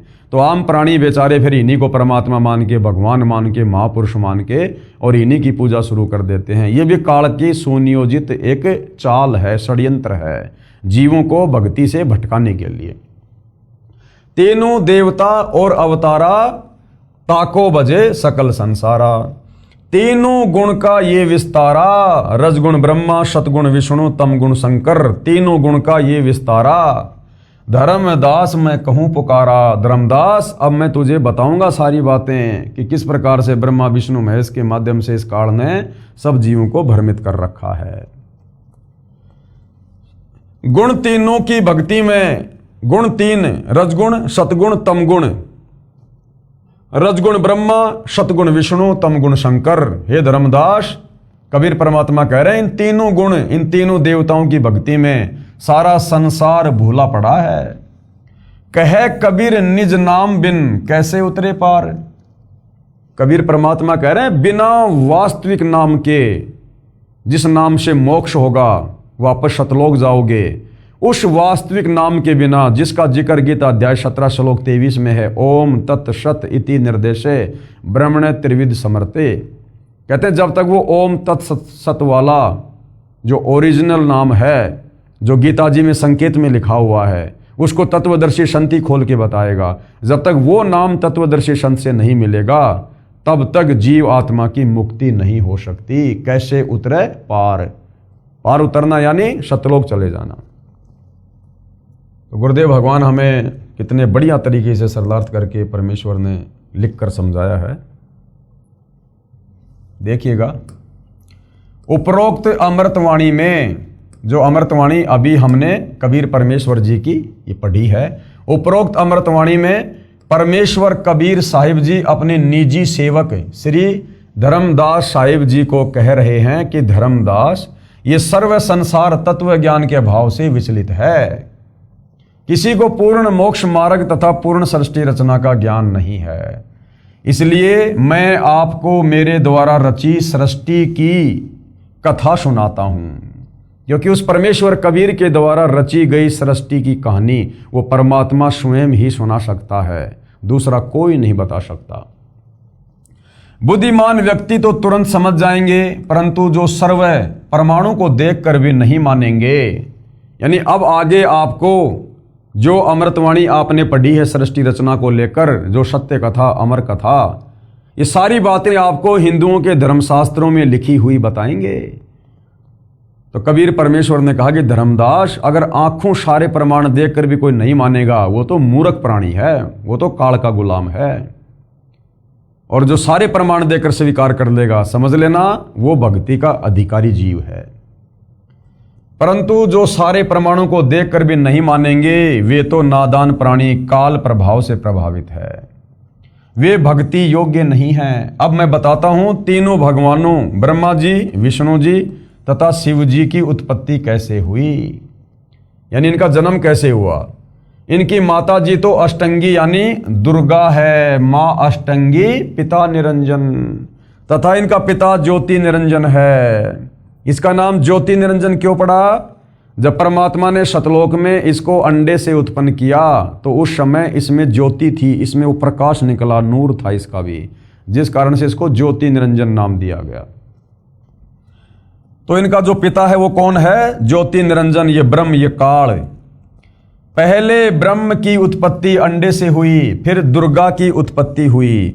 दुर्गा के रूप पर आसक्त होकर काल ब्रह्म ने गलती यानी छेड़छाड़ की, जिसको दुराचार की संज्ञा दी गई है। तब दुर्गा को और क्या कहते हैं? प्रकृति। दुर्गा का और क्या नाम है? प्रकृति। हमारे ही पुराणों में, देवी पुराण में दुर्गा का अन्य नाम है अष्टंगी, आदि माया और प्रकृति, शिवा। गीता अध्याय 14 श्लोक नंबर 3 और 5 में ये गीता ज्ञानदाता काल ब्रह्म दुर्गा को क्या कह रहा है? प्रकृति, यानी मैं अपनी प्रकृति के गर्भ में बीज स्थापित करता हूं जिससे सबकी उत्पत्ति होती है। ने इसके पेट में शरण ली, यानी दुर्गा ने, प्रकृति ने इसके पेट में शरण ली। जब सतलोक में ये छेड़छाड़ करने की कोशिश कर रहा था तो दुर्गा ने सूक्ष्म रूप बनाकर इसके पेट में शरण ली। और परमात्मा कह रहे हैं मैं वहां गया जहां ज्योति निरंजन काल था, तब भवानी को ब्रह्म यानी ज्योति निरंजन के पेट से निकालकर 21 ब्रह्मांड समेत 16 संकोश की दूरी पर भेज दिया। ज्योति निरंजन यानी धर्मराज ने प्रकृति देवी यानी दुर्गा के साथ भोग विलास किया। इन दोनों के सहयोग से यानी पति पत्नी व्यवहार से तीनों गुणों श्री ब्रह्मा जी, श्री विष्णु जी तथा श्री शिव जी की उत्पत्ति हुई। इन्हीं तीनों गुणों रजगुण ब्रह्मा जी, सतगुण विष्णु जी, तमगुण शिव जी की ही पूजा करके सर्व प्राणी काल जाल में फंसे हैं। जब तक वास्तविक मंत्र नहीं मिलेगा, गीता अध्याय 17 श्लोक 23 वाला ओम तत्सत, तब तक पूर्ण मोक्ष कैसे होगा। ओम नाम से तो केवल हम काल के 21 ब्रह्मांड में रहेंगे, क्योंकि ओम मंत्र काल का है, काल तक की साधना है। ओम नाम की साधना करके जाएंगे इसके ब्रह्मलोक में। गीता अध्याय 8 श्लोक 16 में कहता है कि ब्रह्मलोक पर्यंत सर्वलोक पुनरावर्ती में है, यानी ब्रह्मलोक में गया हुआ भगत भी वापस जन्म मरण में आएगा। तो जो वास्तव में जो मुक्ति का मंत्र है वो है ओम तत्सत, जो संकेत में गीता में लिखा है। तत्वदर्शी संत ही उसको खोल कर बताएगा। कहने का मतलब है वर्तमान में धरती पर वह तत्वदर्शी संत सतगुरु रामपाल जी हैं, और उनकी शरण में आकर वो वास्तविक मंत्र लिए बिना आप और हमारा छुटकारा काल के 21 ब्रह्मांड से, जन्म मरण से, लक 84 की पीड़ा से, नरक के कष्ट से, तपतशिला के दुख दर्द से नहीं हो सकता। विशेष अब कबीर जी के वकील जनता की अदालत में जनता को क्या कह रहे हैं। विशेष भगत जन विचार करें कि श्री ब्रह्मा जी, श्री विष्णु जी तथा श्री शिव जी की स्थिति अविनाशी बताई गई है। यानी श्री कृष्ण जी उर्फ विष्णु जी के वकील जनता की अदालत में हमारे हिंदू धर्म गुरु वो श्री ब्रह्मा विष्णु महेश को अविनाशी कह रहे थे कि हमारे धर्मशास्त्रों में लिखा है, गीता में लिखा है कि ये तीनों देवता ब्रह्मा विष्णु महेश ये अजरो अमर है, अविनाशी हैं, इनके कोई माता पिता नहीं है। जबकि कबीर परमेश्वर जी की वाणी सिद्ध कर रही है आगे, जिसका समर्थन हमारे धर्म ग्रंथ भी करेंगे। तो क्या कह रहे हैं कबीर जी के वकील सतगुरु रामपाल जी। भगत जन विचार करें कि श्री ब्रह्मा जी, श्री विष्णु जी तथा श्री शिव जी की स्थिति अविनाशी बताई गई है। सर्व हिंदू समाज अभी तक तीनों परमात्माओं को अजर अमर व जन्म मृत्यु रहित मानते रहे कि ये तो अजर अमर है, कभी मरते नहीं है, इनका कोई जन्म मरण नहीं होता ब्रह्मा विष्णु महेश का। जबकि ये तीनों नाशवान हैं, इन तीनों का नाश होता है, ये जन्मते भी हैं और मरते भी हैं। इनके जो पिता हैं वो काल रूपी ये ब्रह्म है तथा माता दुर्गा यानी प्रकृति, जिसको अष्टंगी भी कहते हैं। जैसा आपने पहले उन प्रमाणों में पढ़ा, क्योंकि पहले इसी पुस्तक में सारे प्रमाण देवी पुराण से दिखा दिए गए हैं कि तीनों देवताओं की माता है दुर्गा और इनका पिता है काल ब्रह्म। श्री देवी पुराण 3 स्कंद पेज नंबर 123 और 24। ये ज्ञान अपने शास्त्रों में भी विद्यमान है, परंतु हिंदू समाज के ये कलयुगी गुरुओं, ऋषियों, संतों को ज्ञान नहीं। जो अध्यापक पाठ्यक्रम यानी सिलेबस से ही अपरिचित है वह अध्यापक ठीक नहीं, विद्वान नहीं है, विद्यार्थियों के भविष्य का शत्रु है। इसी प्रकार जिन धर्मगुरुओं को अभी तक ये नहीं पता कि श्री ब्रह्मा, श्री विष्णु तथा श्री शिव के माता पिता कौन हैं, तो वे गुरु, ऋषि, संत ज्ञानहीन हैं। उनको हिंदू धर्म के सिलेबस का ज्ञान नहीं है, शास्त्रों का ज्ञान नहीं है, जिस कारण से सर्व भगत समाज को शास्त्र विरुद्ध ज्ञान यानी लोकवेद अर्थात दंत कथा सुनाकर, यानी हमारे धर्म ग्रंथों में भक्ति और भगवान पूजा पाठ के बारे में क्या लिखा है उसके विपरीत जो भक्ति करवाई जाती है उसको लोकवेद और दंत कथा और शास्त्र विरुद्ध कहा जाता है। दंत कथा सुनाकर अज्ञान से परिपूर्ण कर दिया। शास्त्र विधि विरुद्ध भक्ति साधना करवा के, शास्त्र विरुद्ध यानी चारों वेद, गीता, 18 पुराणों के विरुद्ध विपरीत मंत्र दे दिए, विपरीत कहानियां सुना दी और भगत समाज में उल्टी साधना फैला दी। शास्त्र विरुद्ध भक्ति साधना करा के और परमात्मा के वास्तविक लाभ यानी पूर्ण मोक्ष से वंचित रखा। सबका मानव जन्म नष्ट कर दिया। क्योंकि मरने के बाद फिर क्या होगा? जो शास्त्रों के अनुसार भक्ति नहीं करेगा, तो गीता अध्याय 16 श्लोक नंबर 23 में लिखा है कि अर्जुन, जो व्यक्ति शास्त्र विधि को त्याग कर मनमानी पूजा करेगा, भक्ति करेगा, उसको ना सिद्धि होगी, ना उसकी मुक्ति होगी, ना उसका कोई कार्य सफल होगा। और यदि फिर भी शास्त्र विरुद्ध साधना करने के चलते किसी के कार्य सिद्ध हो रहे हैं, तो उस शास्त्र विरुद्ध भक्ति साधना को करने के चलते नहीं हो रहे, वो उसके पूर्व जन्म की भक्ति के कारण उसके कार्य सिद्ध हो रहे हैं। पूर्व जन्म की भक्ति के जो है उन पुण्यों के कारण है, क्योंकि उसकी बैटरी अभी चार्ज है। जिस प्रकार आप जी ने बैटरी को चार्ज कर लिया, उसके बाद आप उसका लाइट से कनेक्शन हटा दो, इन्वर्टर से कनेक्शन हटा दो, फिर भी बैटरी अपना काम करेगी जब तक उसकी क्षमता है, उसमें चार्ज है। लेकिन आगे फिर चार्ज खत्म होने के बाद, क्योंकि वो लाइट में नहीं लगी हुई है, जिस कारण से सारी सुविधा बंद होगी। तो वर्तमान में किसी भी धर्म गुरु के पास में वास्तविक जो साधना है उसका वो कनेक्शन नहीं है। उल्टी साधना बता रहे हैं कि हम आपको जो नाम दे रहे हैं उससे मोक्ष होगा, मुक्ति होगी, यही नाम है। और बेचारे भोले भाले श्रद्धालु, उनको क्या पता कि हमारे गुरुजन क्या बता रहे हैं। वो उनकी बातों पर विश्वास कर लेते हैं कि गुरुजी बता रहे होंगे, सही बता रहे होंगे, गुरुजी तो विद्वान है, पढ़े लिखे हैं, धर्म गुरु हैं, बड़ी बड़ी दाढ़ी है। तो बेचारे लग जाते हैं गुरु को बहुत बड़ा विद्वान मानकर। और गुरु ने उनको क्या कर रखा है? गुरु ने उनको शास्त्र विरुद्ध साधना दे रखी है। अब जब तक उनकी वो पिछले जन्मों की बैटरी चलती है, तब तक तो गुरुजी के वहां जाते हैं, आते हैं, सेवा करते हैं कि हाई गुरुजी की वजह से लाभ हो रहे हैं, भाई गुरुजी के आशीर्वाद फल रहा है, गुरुजी ने जो भक्ति बता दी, जो मंत्र बता दिए, वो काम कर रहा है। और वही भक्ति, वही मंत्र करते करते अन्य लोगों की दुर्गति हो रही है। क्योंकि जिनकी दुर्गति होनी शुरू हो गई, उनकी बैटरी पिछले जन्म वाली डिस्चार्ज हो गई, गुरुजी के पास में चार्जर है नहीं। तो इस बात को बेचारा श्रद्धालु जल्दी से समझ नहीं पाता है। इस बात को समझाने के लिए स्वयं कबीर भगवान धरती पर तत्वदर्शी संत के रूप में आता है। शास्त्र विरुद्ध भक्ति साधना करवा के परमात्मा के वास्तविक लाभ, यानी परमात्मा से असल में क्या लाभ मिलता है? मोक्ष वाला, उससे वंचित रखा। सबका मानव जन्म नष्ट कर दिया। यानी मनुष्य जन्म कितना अनमोल, कितना कीमती। मानव जन्म दुर्लभ है, ये मिला न बारंबार। जैसे पेड़ से पत्ता टूट जाए फिर वापस नहीं लगता डार। लक 84 योनियां भोगने के बाद, गधे, कुत्ते, सुअर, कीट पतंग, मक्खी, मच्छर, पता नहीं क्या क्या, लक 84 योनियां, इन सब के शरीर भोगने के बाद, इतना कष्ट, इतनी पीड़ा भोगने के बाद हमें परमात्मा के विधान अनुसार एक मनुष्य जन्म मिलता है, एक स्त्री या पुरुष का। और ये मनुष्य जन्म केवल इसलिए मिलता है कि मनुष्य जन्म में हम भक्ति कर सकते हैं, भगवान को पहचान सकते हैं, शास्त्रों को पढ़ सकते हैं, आत्मा का कल्याण करवा सकते हैं। गधे, कुत्ते, सुअर नहीं जानते क्या शास्त्र है, क्या भक्ति है, क्या भगवान है। क्योंकि वो कभी जब हमारी तरह मनुष्य थे, उन्होंने भी भक्ति सही नहीं की। मरने के बाद अपना कर्म भोग रहे हैं, लक 84 में चले गए वापस। अब उन्हें नहीं पता क्या भक्ति है, क्या भगवान है। चाहे दिन रात उनके कान में ईयरफोन लगा के सुनाओ उनको सत्संग, उनको नहीं पता। तो इसी प्रकार आप और हमें आज जो ये लक 84 योनि से भिन्न जो ये मनुष्य जन्म दिया है परमात्मा ने, अपने जैसा शरीर दिया है, उस नारायण ने जो ये नर दे दी हमें, ये केवल भगवान प्राप्ति के लिए शास्त्र अनुकूल साधना करके यहां से पीछा छुड़वाने के लिए, काल के जाल से बाहर निकलने के लिए। और यदि इस शरीर से हमने तत्वदर्शी संत को गुरु धारण करके यदि हमने शास्त्र अनुकूल साधना नहीं की और मोक्ष नहीं हुआ, तो हमारा मानव जन्म बर्बाद हो जाएगा, नष्ट हो जाएगा, व्यर्थ हो जाएगा। और फिर हम लंबे समय के लिए लक 84 योनि में नरक में चले जाएंगे। तो इतना अनमोल मनुष्य जन्म इन नादान धर्म गुरुओं ने कुछ अपने अहंकार के चलते, कुछ अपने स्वार्थ के चलते और बाकी तत्व ज्ञानहीनता के चलते सदियों से परमात्मा चाहने वाली आत्माओं के नष्ट करवा दिए। और हमारा भी नष्ट होने की दिशा में ही जा रहा था।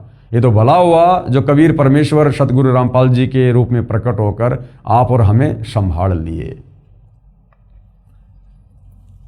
शास्त्र विरुद्ध भक्ति साधना करने के परमात्मा के वास्तविक लाभ, पूर्ण मोक्ष से वंचित रखा, सबका मानव जन्म नष्ट कर दिया।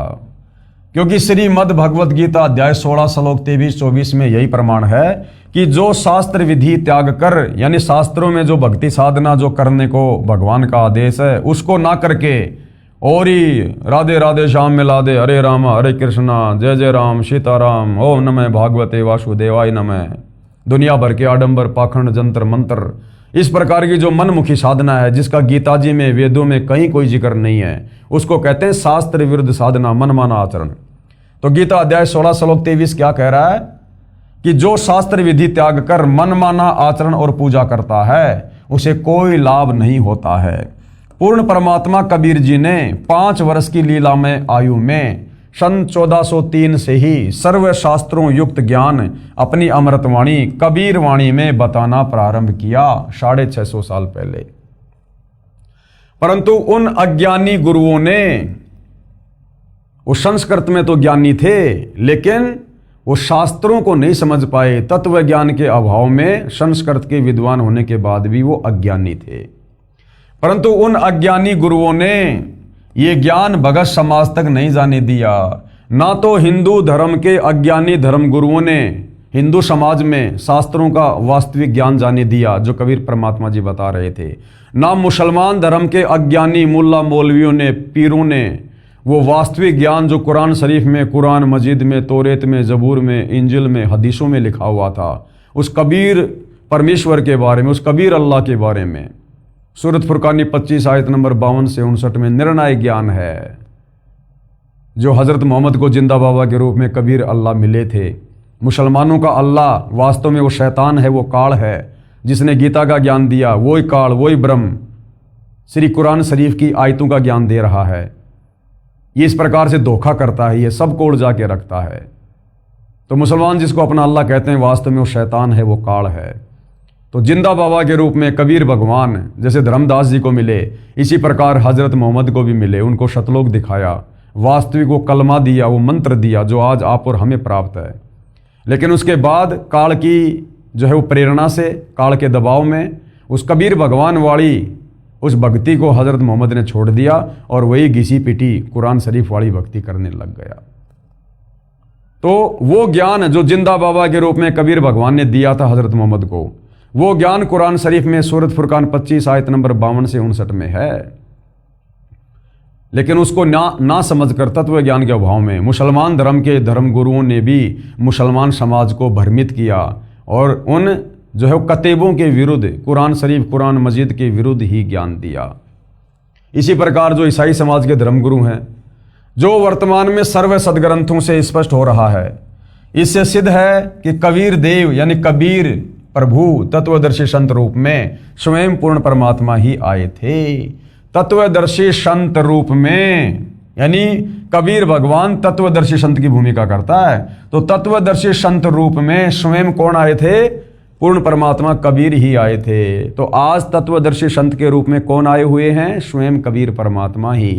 क्योंकि सतलोक के बारे में, सृष्टि रचना के बारे में, इस काल के कर्म कुकर्मों के बारे में, शास्त्र अनुकूल साधना के बारे में 21 ब्रह्मांड में तो किसी को ज्ञान नहीं है।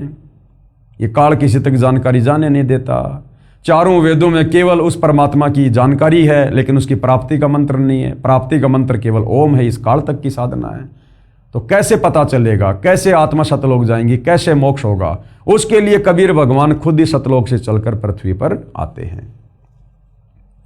उसके बाद देखिए भाई और बहनों, आगे आदरणीय गरीबदास साहिब जी की अमृतवाणी में सृष्टि रचना का प्रमाण। अभी आपने कबीर परमेश्वर जी की वाणी में सृष्टि रचना देखी। अब यही ज्ञान सेम टू सेम कबीर परमेश्वर जी ने 300 साल पहले जिंदा बाबा के रूप में गांव छुडानी, जिला झज्जर, हरियाणा में प्रकट होकर 10 वर्षीय बालक गरीबदास जी को बताया। गरीबदास जी की रुचि को देखकर परमात्मा उसके शरीर से आत्मा निकालकर सतलोक ले गए। सतलोक दिखाया, उसका ज्ञान योग खोला, नीचे के सर्व ब्रह्मांड दिखाए, काल बैठा हुआ दिखाया 21वें ब्रह्मांड में, दुर्गा का लोक दिखाया, ब्रह्मा विष्णु महेश के लोक दिखाए, धर्मराय का लोक दिखाया। उसके बाद उन्हें वापस उनके शरीर में छोड़ा और उसके बाद आदरणीय गरीबदास जी ने 24,000 वाणियों युक्त अमर ग्रंथ सदग्रंथ साहिब को लिखवाया, जिसको 5वां वेद सूक्ष्म वेद कहते हैं। तो सूक्ष्म वेद यानी गरीबदास जी की वाणी में भी सृष्टि रचना का ज्यों का त्यों प्रमाण है। आदि रमणी सदग्रंथ पेज नंबर 690 से 692 में, और क्या लिखा हुआ है देखिएगा। आदि रमणी अदली सारा और जादिन होते धुंधुकारा। यानी जिस दिन जिस समय यहाँ ना कोई 21 ब्रह्मांड था, ना कोई लोक था, अंधकार ही अंधकार था, 21 ब्रह्मांड रूपी कोई सृष्टि नहीं थी, केवल वो अविनाशी लोक था, सतलोक था। सत्य पुरुष की न्या प्रकाशा, उसके बाद उस परमपिता परमेश्वर ने सृष्टि की। हम होते तकत कबीर खवाशा। तो लोग बोले फिर आप कहाँ थे उस समय जब सब कुछ अंधकार ही अंधकार था, कुछ ही नहीं था, तो फिर भाई गरीबदास जी आप कहाँ थे उस समय? तो गरीबदास जी कह रहे हैं हम होते तकत कबीर खवाशा। हम उस समय कबीर परमात्मा के लोक में, अमर लोक में हम उनके नौकर थे, हम उनके तकत के पास में थे, सिंहासन के पास में थे। मन मोहिनी सिरजी माया, सृष्टि रचना के माध्यम से बता रहे हैं संक्षेप में कि मन मोहिनी यानी मन को मोह लेने वाली उस हंस आत्मा का जिसने सबसे पहले काल के साथ जाने के लिए हाथ खड़ा किया, कबीर परमात्मा ने एक सुंदर युवती, एक लड़की बनाई, युवा शरीर बनाया, सुंदर शरीर बनाया, जिसने इस काल का मोह हर लिया और सत्य पुरुष एक ख्याल बनाया। धर्मराज सिरजे दरबानी, धर्मराज की भी परमात्मा ने अंडे से उत्पत्ति की और 64 युग तप सेवा ठानी। और जब इसने 64 युग तप किया, वैसे इसने 3 बार तप किया था क्योंकि यह संक्षेप में सृष्टि रचना की जानकारी दी जा रही है। सबसे पहले सतलोक में इस काल ने 70 युग तप किया, जिसके बदले में परमात्मा ने 21 ब्रह्मांड दिए। फिर दोबारा इसने 70 युग तप किया, जिसके बदले में 3 गुण और 5 ये तत्व दिए, सृष्टि रचना की सामग्री दी। चौथी बार इसने 64 युग तप किया, जिसके बदले में फिर हम सभी आत्माएं इसके लोक में आ गई। धर्मराय सिरजे दरबानी 64 युग तप सेवा ठानी और पुरुष पृथ्वी जाकू दीनी। पुरुष यानी कबीर भगवान ने, और ये पृथ्वी यानी ये टुकड़ा 21 ब्रह्मांड का इस काल को दिया। और राज करो देवा आदीनी, और कबीर भगवान ने कहा कि भैया सत का राज करना, इन आत्माओं को दुखी मत करना। तो काल बोला पिताजी सत का राज करूंगा, जो जैसा कर्म करेगा वैसा ही फल दूंगा। सत का राज धर्म राय करही और अपना किया सबे दंड भरही। ब्रह्मांड 21 राज तुम दीन्या। कबीर परमात्मा बोले कि मैंने तेरे को 21 ब्रह्मांड का राज्य दे दिया। मन की इच्छा सब जुग लीन्या, जो तूने इच्छा जाहिर की तेरे को सब कुछ दे दिया है मैंने तेरे तप के बदले में। माया मूल रूप एक छाजा, परमात्मा ने वो माया बनाई, आदि माया दुर्गा, और मोही लिए जिन्हू धर्मराजा, जिसने काल को मोह लिया रजोगुण के प्रभाव से, काल उस पर आकर्षित हो गया, मोहित हो गया। धर्म का मन चंचल चित धारा, दुर्गा के युवा शरीर को, सुंदर शरीर को देखकर धर्म यानी काल का मन चंचल हो गया, यानी काल आपे से बाहर हो गया विषय वासनाओं के अंतर्गत आकर, और मन माया का रूप विचारा, और दुर्गा के ऊपर आसक्त होकर उसके साथ में बदतमीजी यानी बलात् करने का प्रयास किया। चंचल चेरी चपल चिरागा, या के पर से सर बस जा गया, यानी सारा काम बिगाड़ लिया उसके पीछे लग के। धर्मराय किया मन का भागी, विषय वासना संग से जागी, मन के वशीभूत हो गया, कामदेव के वशीभूत हो गया और विषय वासना जागृत हो गई।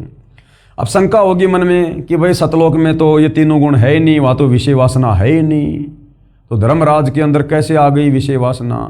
देखो भाई और बहनों, जो गलती करेगा वो सजा पाएगा। सतलोक में सब कुछ है, आप ये ना सोचो कि सतलोक में कुछ है नहीं, वहाँ सब कुछ है।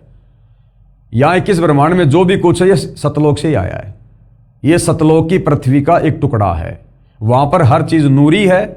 इसको श्राप लगने के बाद यहाँ पर आकर ये 5 तत्व में विलीन हो गई, वरना ये जितने भी ये पहाड़ वगैरह हम देख रहे हैं ना, ये सारे वहाँ पर हीरे मोती लाल के हैं, लेकिन यहाँ आते ये 5 तत्व में हो गए। तो सतलोक में सब कुछ है। तो 5 तत्व और 3 गुण ये सतलोक से ही काल को मिले थे, कूरम के मुकुट से। लेकिन इसने अगर ये आधीनी से मांगता तो ये प्रभाव इसके ऊपर नहीं होता, लेकिन इसने जबरदस्ती की, इसने बेअदबी की, इसने गलती की, कूरम के मुकुट को जबरदस्ती ला दिया, और बीज रूप में जो ये 3 गुण रज सत और तम, और 5 ये तत्व पृथ्वी अग्नि जल वायु आकाश, ये बीज रूप में सूक्ष्म रूप में थे, जो ये लेकर वहां से भाग लिया। तो इसने गलती करी, सतलोक के विधान को तोड़ा इसने, जिस कारण से ये गुण इसके ऊपर हावी हो गए, इसके ऊपर हावी हो गए। अब जैसे हमारे घर में लाइट है, अब लाइट है तो लाइट से यदि हम अच्छा काम लेंगे तो लाइट हमें जूस बना के देगी, चक्की से हम लोग आटा पीसेंगे, ट्यूबलाइट जलाएंगे। लाइट से हम बहुत सारे काम करते हैं जो हमारे लिए फायदेमंद हैं। अब उस बिजली के तार को यदि कोई हाथ लगा के बैठ जाएगा तो क्या होगा? वही लाइट जो हमें फायदा पहुंचा रही है वो जान से मार देगी, उठा के पटक देगी। तो इसी प्रकार सतलोक में हर वस्तु है, जो जैसा उपयोग करेगा, जो जैसी गलती करेगा, मालिक के विधान अनुसार वो वैसी सजा पाएगा। तो इस काल ने, धर्मराय ने बेअदबी की अपने बड़े भाई कूरम के साथ में। कूरम ने कहा था भाई एक बार रुक जा, मैं पिताजी से आज्ञा ले लेता हूँ, फिर दे दूंगा तेरे को, अगर गुरुजी बोल देंगे तो, अगर हमारे कबीर भगवान बोल देंगे तो। इसने धैर्य धारण नहीं किया। कूरम जब ध्यान लगाने लगा तो इसने मुकुट पकड़ के हिला दिया और लेके भाग लिया सामग्री, जिस कारण से ये गुण इसके ऊपर हावी हो गए। अन्यथा सतलोक में रजोगुण का, सतोगुण का, तमोगुण का किसी के ऊपर कोई प्रभाव नहीं है। इसका एक उदाहरण दिया परमात्मा ने बहुत बढ़िया, कैसे नहीं है। जैसे हमारे घर में कोई 3 साल का बच्चा है, 4 साल या 5 साल तक का बच्चा है, तो 5 साल तक के बच्चे में रजोगुण बिल्कुल भी नहीं होता, रत्ती भर भी, चाकर भी नहीं हो सकता। वो बच्चा अपनी माँ के साथ में नंगा नहाता है, उसकी माँ भी उसके साथ में बाथरूम में नहाती है। 3, 4, 5 साल तक की बेटी को बाप बाथरूम में नंगी करके जो है वो नहलाता है, लेकिन उस बेटी के मन में रजोगुण की जो है छटांग भी नहीं होती है, ना उस बेटे में होती। ऐसे ही सतलोक में हम इन तीनों गुणों के जो प्रभाव हैं इनसे दूर रहते हैं। वहां शौपन में भी ये तीनों गुण हमारे ऊपर हावी नहीं है। धर्मराय किया मन का भागी और विषय वासना संग से जागी। आदि पुरुष अदली अनरागी। आदि पुरुष सबसे पहले वाला परमात्मा कबीर भगवान, और अदली यानी वो न्यायकारी परमात्मा है, न्यायकारी, सबके साथ बिल्कुल न्याय करता है। अनुरागी, सबके अंदर प्यार प्रेम रखने वाला, लेकिन वो प्यार प्रेम मोह ममता वाला नहीं है, कर्मानुसार सजा भी वो भगवान ही देता है। फिर धर्मराय दिया दिल से त्यागी। उस कबीर भगवान ने, न्यायकारी उस परमात्मा ने धर्मराया ने काल को दिल से त्याग दिया कि इस सतलोक में, ऐसे सच्चे लोक में, और तूने विषय वासनाओं से प्रेरित होकर ये गंदा कर्म करने की सोची भी कैसे? ऐसे गंदा कर्म करने की सोचने वाले के लिए सतलोक में कोई जगह नहीं है। तो धर्मराय दिया दिल से त्यागी। परमात्मा ने धर्मराय को, काल को दिल से त्याग दिया कि अब तू सतलोक में रहने योग्य नहीं है। पुरुष लोक से दिया ढहाई। पुरुष लोक यानी सतलोक से काल को नीचे ढहा दिया, यानी नीचे भेज दिया। जैसे कहते ना कि तूने दीवार को ढा दिया, यानी दीवार को नीचे गिरा दिया। तो सतलोक से 21 ब्रह्मांड सहित हम सभी आत्माओं को दुर्गा में प्रवेश करके सूक्ष्म रूप में दुर्गा और काल सहित परमात्मा ने 16 संकोच की दूरी पर भेज दिया। आगम दीप चली आए भाई। और आगे जो दीप था एक सहजदास का, क्योंकि परमात्मा के 16 पुत्र हैं सतलोक में, सब अलग अलग जगह पे रहते हैं, अलग अलग द्वीप में। तो जब ये 21 ब्रह्मांड जा रहे थे तो उधर एक सहजदास का लोक आया। तो काल ने सोचा कि भैया हो सकता है परमात्मा माफ़ कर दें, सहजदास के माध्यम से मैं कुछ प्रार्थना करूं। तो जब काल जा रहा था अपने 21 ब्रह्मांड सहित, तो वहां पर सहजदास का लोक आया। सहजदास जिस दीप रहता, सहजदास जिस लोक में रहता था, कारण कौन कौन कुलपन था। धर्मराय बोले दरबानी, सुनो सहजदास ब्रह्मज्ञानी। हे सहजदास मेरे भाई, हे ब्रह्मज्ञानी, मैं आपसे अर्ज करता हूं, मेरी बात सुनो। 64 युग हम सेवा कीनी। मैंने सतलोक में 64 युग तक मैंने तप किया, जिसके बदले में पुरुष ये पृथ्वी हमको दीनी। 21 ब्रह्मांड मेरे को दिए हैं पिताजी ने। चंचल रूप भया मन मोरा। लेकिन इस दुर्गा को देखकर, इस आदि माया को देखकर मैं आपे से बाहर हो गया, विषय वासनाओं में आ गया। मोहिनी मन मोहिनी ठगिया भोरा। और मेरे को इसने ठग लिया, इसके रूप ने। मैं गलती कर बैठा। सत्य पुरुष के ना मन भाए। उस गंदे कर्म के चलते मैं पिताजी के मन को नहीं भाया, पिताजी नाराज हो गए और पुरुष लोक से हम चली आए और सतलोक से मेरे को निकाल दिया गया है। अगर दीप सुनत बड़बागी, सहजदास मेटो मन पागी। ये सहजदास तुम पिताजी से प्रार्थना करो, अगर मेरे को यहाँ पर रहने की इजाज़त मिल जाए तो। बोले सहजदास दिलदानी। सहजदास क्या बोला? हम तो चाकर सत सहदानी। हम तो कबीर भगवान के नौकर हैं, उनके चाकर हैं भाई। सत्य पुरुष से अर्ज गुजारूं, मैं तो तेरी प्रार्थना कर सकता हूं पिताजी से, सत्य पुरुष से, कबीर भगवान से, जब तुम्हारा विमान उतारूं उसके बाद मैं तेरा विमान उतारूंगा। ये शिक्षा है हम भगत भाई बहनों के लिए। कोई भी भगत हमें भ्रमित करे, कुछ भी करे, अटपट सुनाए, कोई भी आदेश दे हमें गुरु जी की आड़ में, कुछ भी कहे, कोई भी हो, गुरु के निकट रहने वाला या गुरु से दूर रहने वाला, हमने अपने गुरु से पूछ कर ही कार्य करना है। गुरु के आदेश में रहकर ही चलना, वचन में रह के चलना हमने, सत्संग रूपी आदेश में, या जब तक गुरु धरती पर है। और यदि वो आदेश आपको किसी सत्संग में नहीं मिल रहा है तो फिर अपने गुरु जी से पूछो, उनसे आज्ञा लो। उसके बाद तो सहजदास क्या बोला, पहले मैं पिताजी से आज्ञा लूंगा भाई, जब तुम्हारा विमान उतारूं। सहजदास को किया पियाना, सहजदास ने वहां से प्रस्थान किया और सत्यलोक लिया परवाना, और सत्यलोक में चला गया। वहां पर सत्य पुरुष साहिब सर्वंगी, अविगत अदली अचल अभंगी, वहां जाकर परमात्मा की महिमा करने लगा। जैसे हम भगत भाई बहन लाइव शुरू करने से पहले परमेश्वर का जयकारा लगाते हैं, उनकी महिमा करते हैं ना। क्यों करते हैं? परमेश्वर को प्रसन्न करने के लिए। तो सहजदास ने जाकर पहले तो परमात्मा की महिमा की बहुत ज्यादा। सत्य पुरुष यानी हे सारी सृष्टि के मालिक, साहिब ये परमेश्वर, सर्वंगी सब जगह व्याप्त, अविगत अदली और अचल अभंगी, धर्मराय तुम्हारा दरबानी, अगर दीप चली आए प्राणी। एक धर्मराय नाम का तुम्हारा नौकर है परमात्मा, वो मेरे दीप में आया है। कौन हुक्म करी अर्ज आवाजा, ये परमात्मा आपकी क्या आज्ञा है, कहां पठाओ उस धर्मराजा। जाते ये नहीं कहा कि मेरे पास में वो धर्मराय आया है, मैं उसको अपने लोक में जगह दे दूं क्या, ये नहीं। हे परमेश्वर आपकी क्या आज्ञा है, आपका एक नौकर आया है, आपकी क्या आज्ञा है। यानी बोलने का भी एक तरीका। ये नहीं कहा कि क्या मैं उसको रख लूं क्या पिताजी, नहीं। इसका मतलब तू तो सोच के आया पूरी। ये परमेश्वर आपकी क्या आज्ञा है, आपका एक नौकर आया है, वहां रहने की इजाजत मांग रहा है, आपकी क्या आज्ञा है दाता, जैसा आप कहोगे वैसा ही मैं करूंगा। तो परमात्मा क्या बोले, बही आवाज अदली एक साचा। उस कबीर परमेश्वर ने आकाशवाणी की और क्या कहा, विषय लोक जा तीन्यू बाचा।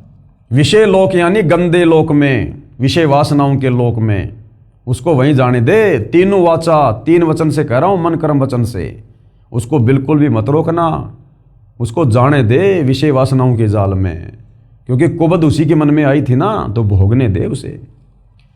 सहज विमान चले अधिकाई। सहजदास ने इतनी बात सुनकर तुरंत वापस रफ्तार पकड़ ली, ज्यादा वाद विवाद नहीं किया कि परमात्मा दया कर दो, ना ना ना, बस आदेश हो गया तो हो गया, निकल ले।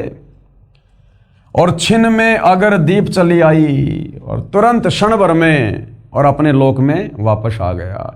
यानी गुरु भाई और बहनों, पहली बात तो हमने गुरु के सामने ऐसी कोई बात बोलनी नहीं चाहिए, बिल्कुल भी अपने मुंह को बंद रखना चाहिए, क्योंकि सारी शंका गुरु जी के ज्ञान में, गुरु जी के सत्संग में समाप्त हो जाती है, केवल भक्ति करना शेष हो जाता है।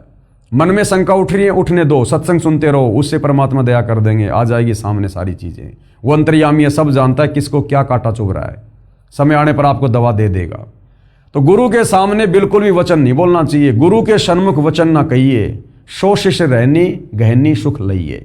वही शिष्य वास्तव में सुखी हो सकता है और सतगुरु की भक्ति से लाभ प्राप्त कर सकता है। कोई वाद विवाद नहीं करनी चाहिए अपने गुरु जी से किसी भी प्रकार का।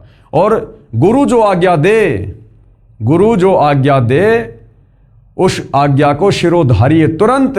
ठीक है गुरु जी, जय हो परमात्मा की, जय हो मालिक जी, दाता जी मालिक।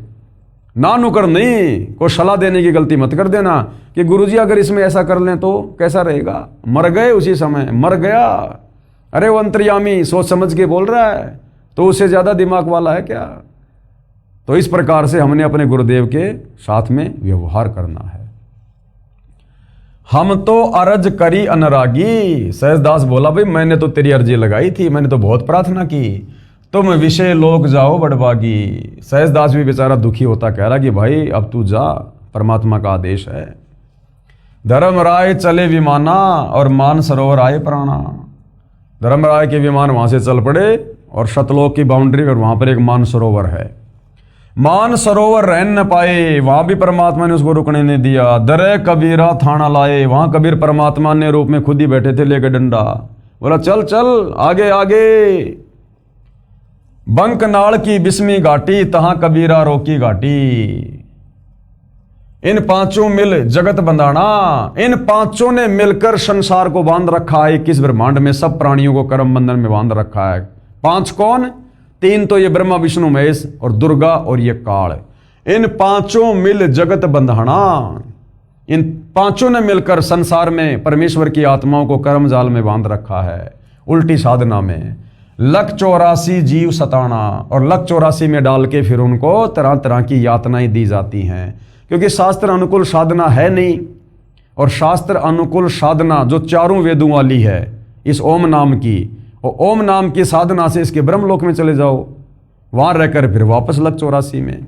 तो रहना जन्म और मरण में, ये यहाँ का अटल नियम है, जन्म और मरण। जिसका जन्म उसकी मृत्यु काल के लोक में निश्चित है।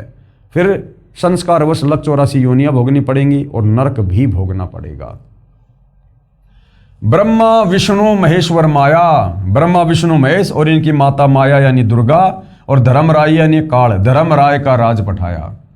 इन चारों ने धर्मराज के इस ढमढमे को ये चला रहे हैं चारों। कौन? ब्रह्मा विष्णु महेश, माया यानी दुर्गा, यानी ये चारों माँ बेटे धर्मराज का राज पठाया, धर्मराज का शासन चला रहे हैं यहाँ पर। उसके भोजन की व्यवस्था कर रहे हैं।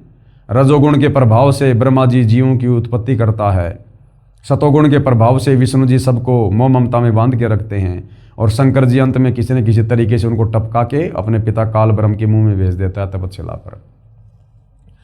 ये खोकापुर झूठी बाजी, इस काल के किस ब्रह्मांड को खोकापुर कहा है। खोकापुर यानी थोता, यहां कोई आनंद नहीं, कोई सुख नहीं है। झूठा लोभ दे रखा है यहाँ पर, झूठा सुख दे रखा हमारे को यहाँ पर। इसको थोतापुर, खोकापुर कहा है परमात्मा ने।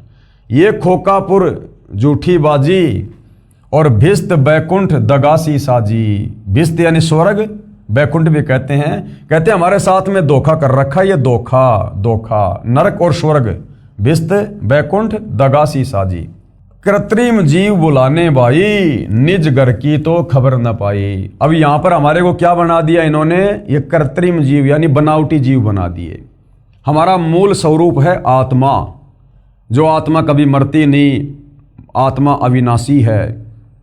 हमारे को शरीर में बांध दिया, आत्मा को शरीर दे दिया, ऊपर ये आवरण चढ़ा दिया, 5 शरीर चढ़ा दिया हमारे ऊपर काललोक में आने के बाद। स्थूल शरीर जो आप और हमारा ये शरीर है हाड़ मांस वाला, ये है स्थूल शरीर। ये छूटने के बाद में आत्मा पे चढ़ा हुआ है सूक्ष्म शरीर, फिर कारण, फिर महाकारण, फिर कैवल्य। तो आत्मा के ऊपर 5 आवरण, 5 शरीर इस काल ने चढ़ा रखे हैं। इसलिए आत्मा को क्या कहा है? कृत्रिम जीव, बनावटी जीव। कृत्रिम जीव बुलाने भाई, निज घर की तो खबर ना पाई, और हमें सतलोक की तो खबर ही बुला दी। हमारी मेमोरी डिलीट कर दी, हम कहाँ से आए थे, कहाँ रहा करते थे। हमारे को सतलोक का रास्ता ही बुला दिया, खोज खबर ही नहीं है यहाँ। 1.25 लाख उपजे नित हंसा, यानी ये दुर्गा रोजाना 1.25 लाख जीवों की उत्पत्ति करती है, और 1 लाख विन से नित अंसा, और 1 लाख रोजाना ये काल तपस्या पर भून भून के खाता है। 1 लाख जीव तो काल रोजाना तपस्या पर भून भून के खाता है, और 1.25 लाख ये दुर्गा रोजाना उत्पन्न करती है। अब काल यदि 1 लाख खाता है तो दुर्गा फिर ये 25% एक्स्ट्रा यानी 1.25 लाख क्यों रोजाना उत्पन्न करती है मानव शरीर? कारण क्या है कि ये मनुष्य शरीर छूटने के बाद, जैसे 1 लाख मनुष्य शरीर छूट गए और काल की तपस्या पर गए, अब वो जो 1 लाख हैं भाई और बहनों, उन्होंने मनुष्य जन्म में जैसे भी भक्ति की, साधना की, अच्छे बुरे कर्म किए, उस आधार से जरूरी नहीं कि वापस उनको मनुष्य जन्म में मिलेगा। किसी को तो मनुष्य जन्म मिल गया, और बाकी अपने उन कर्मों के अनुसार पाप और पुण्य के आधार से कोई नरक में गया, कोई स्वर्ग में गया, कोई 184 में गया। तो जो आत्माएं 184 में चली गई, उनकी पूर्ति करने के लिए दुर्गा ने 25% एक्स्ट्रा मनुष्य जन्म देने पड़ते हैं, ताकि काल की खुराक बराबर बनी रहे, इंसानों की कोई वो कमी ना रहे। जिस कारण काल 1 लाख खाता है और दुर्गा 25% एक्स्ट्रा जो है ये पैदा करती है। सवा लाख उपजे नित हंसा और 1 लाख विनसे नित अंसा। और ये उपती खपती और परले फेरी हर्ष शोग जोरा जमजेरी। जन्म लेना फिर मर जाना और ये परले में आ जाना। हर्ष यानी जो है खुशी, शोक यानी दुख, जोरा जमजेरी यानी इस काल के लोक में ये सुख दुख जन्म मृत्यु ये अरहट का कुआं चलता रहता है। पांचों तत्व हैं परले माही। पांचों तत्व पृथ्वी अग्नि जल वायु आकाश, परमात्मा कहते हैं ये उत्पत्ति और ये परलय में है, ये भी नष्ट होते हैं। क्योंकि 21 ब्रह्मांड की सृष्टि पांचों इन तत्वों से बनी है, तो जब 21 ब्रह्मांड ही नष्ट होता है तो पांचों तत्व कहाँ रह जाएंगे। और शतगुण रजगुण तमगुण झाई, 8 अंग मिली है माया और पिंड ब्रह्मांड शकल भरमाया। सब जीवों को इसने भ्रमित कर रखा है काल के आदेश से।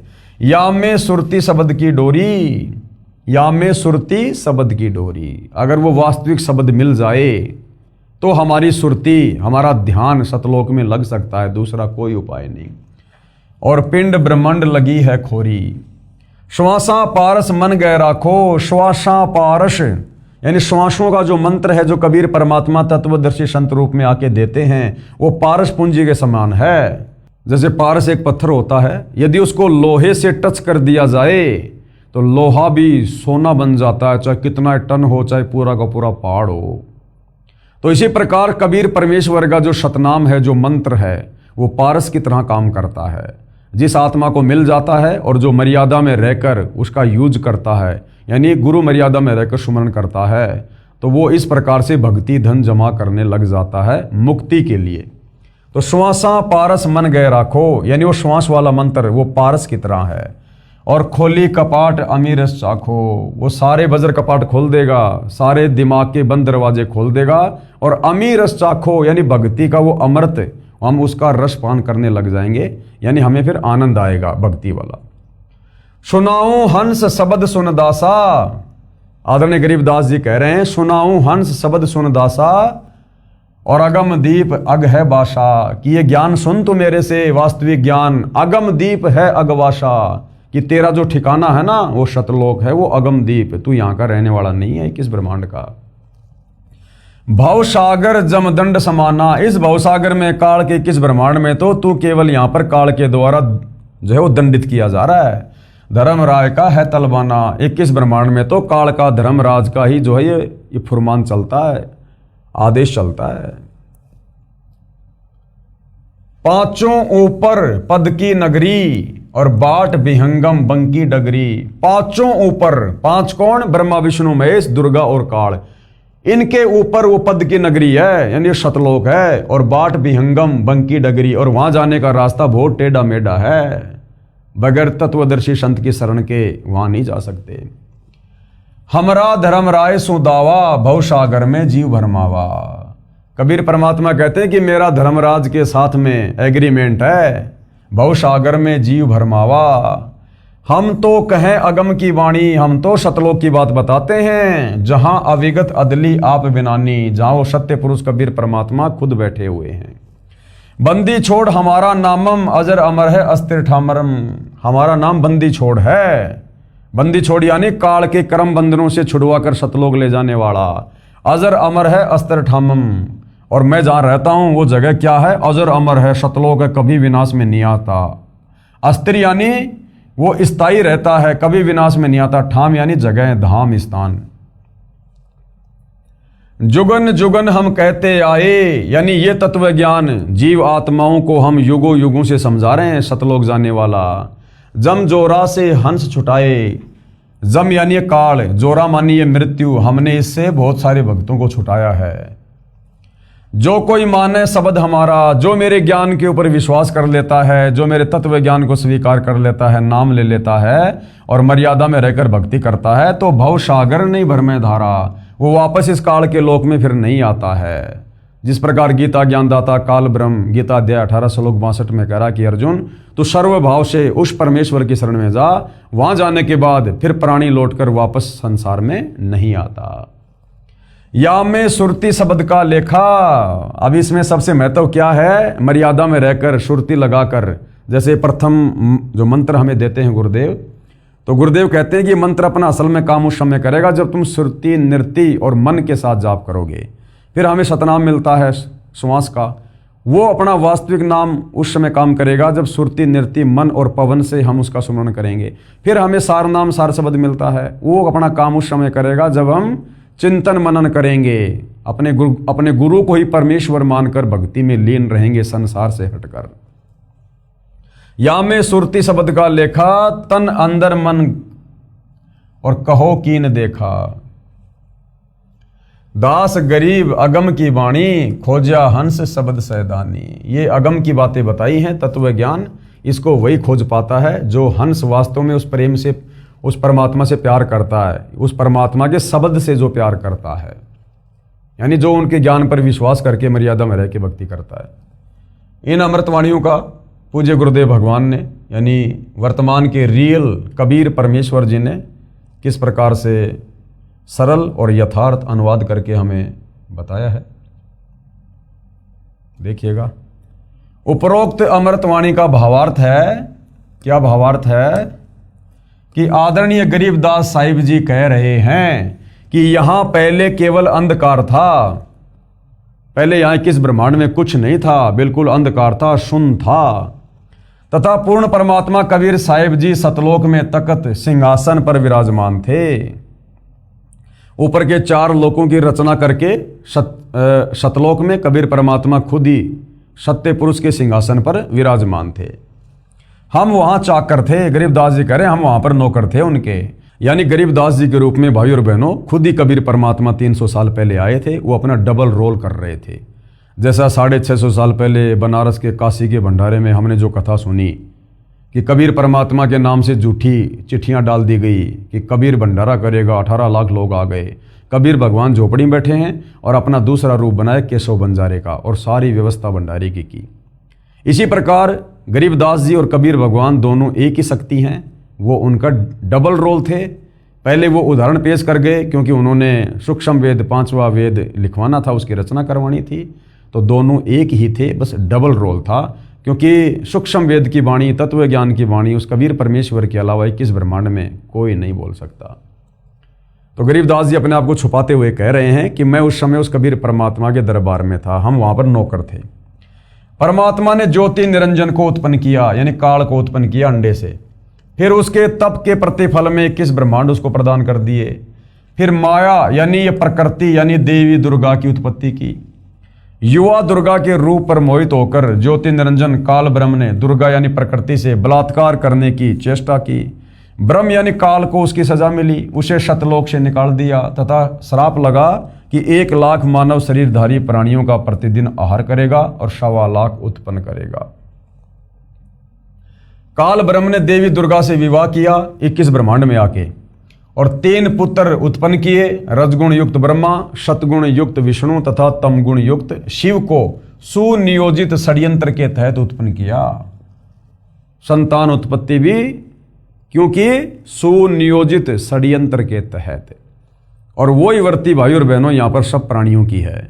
आप और हम जो संतान उत्पत्ति करते हैं कहीं न कहीं उसका एक मकसद होता है कि बुढ़ापे में रोजी रोटी का सहारा बनेगा। तो काल ने भी 3 पुत्रों की उत्पत्ति अपनी रोजी रोटी के लिए की थी। ब्रह्मा जी को रजोगुण से युक्त कर दिया, विष्णु जी को शतोगुण से, शंकर जी को तमोगुण से, अपने भोजन के लिए। काल ब्रह्म ने अपने आहार के लिए अपने 3 पुत्रों से उत्पत्ति, स्थिति तथा संहार कार्य करवाता है। इस षड्यंत्र की पोल परम अक्षर ब्रह्म यानी सत्य पुरुष जी ने पृथ्वी पर आकर खोली। कबीर भगवान ने चारों युगों में आके, सतयुग, त्रेता, द्वापर और कलयुग में आकर इस षड्यंत्र की पोल खोली, और आज सतगुरु रामपाल जी के नाम से आकर इस षड्यंत्र की महापोल खोल रहे हैं।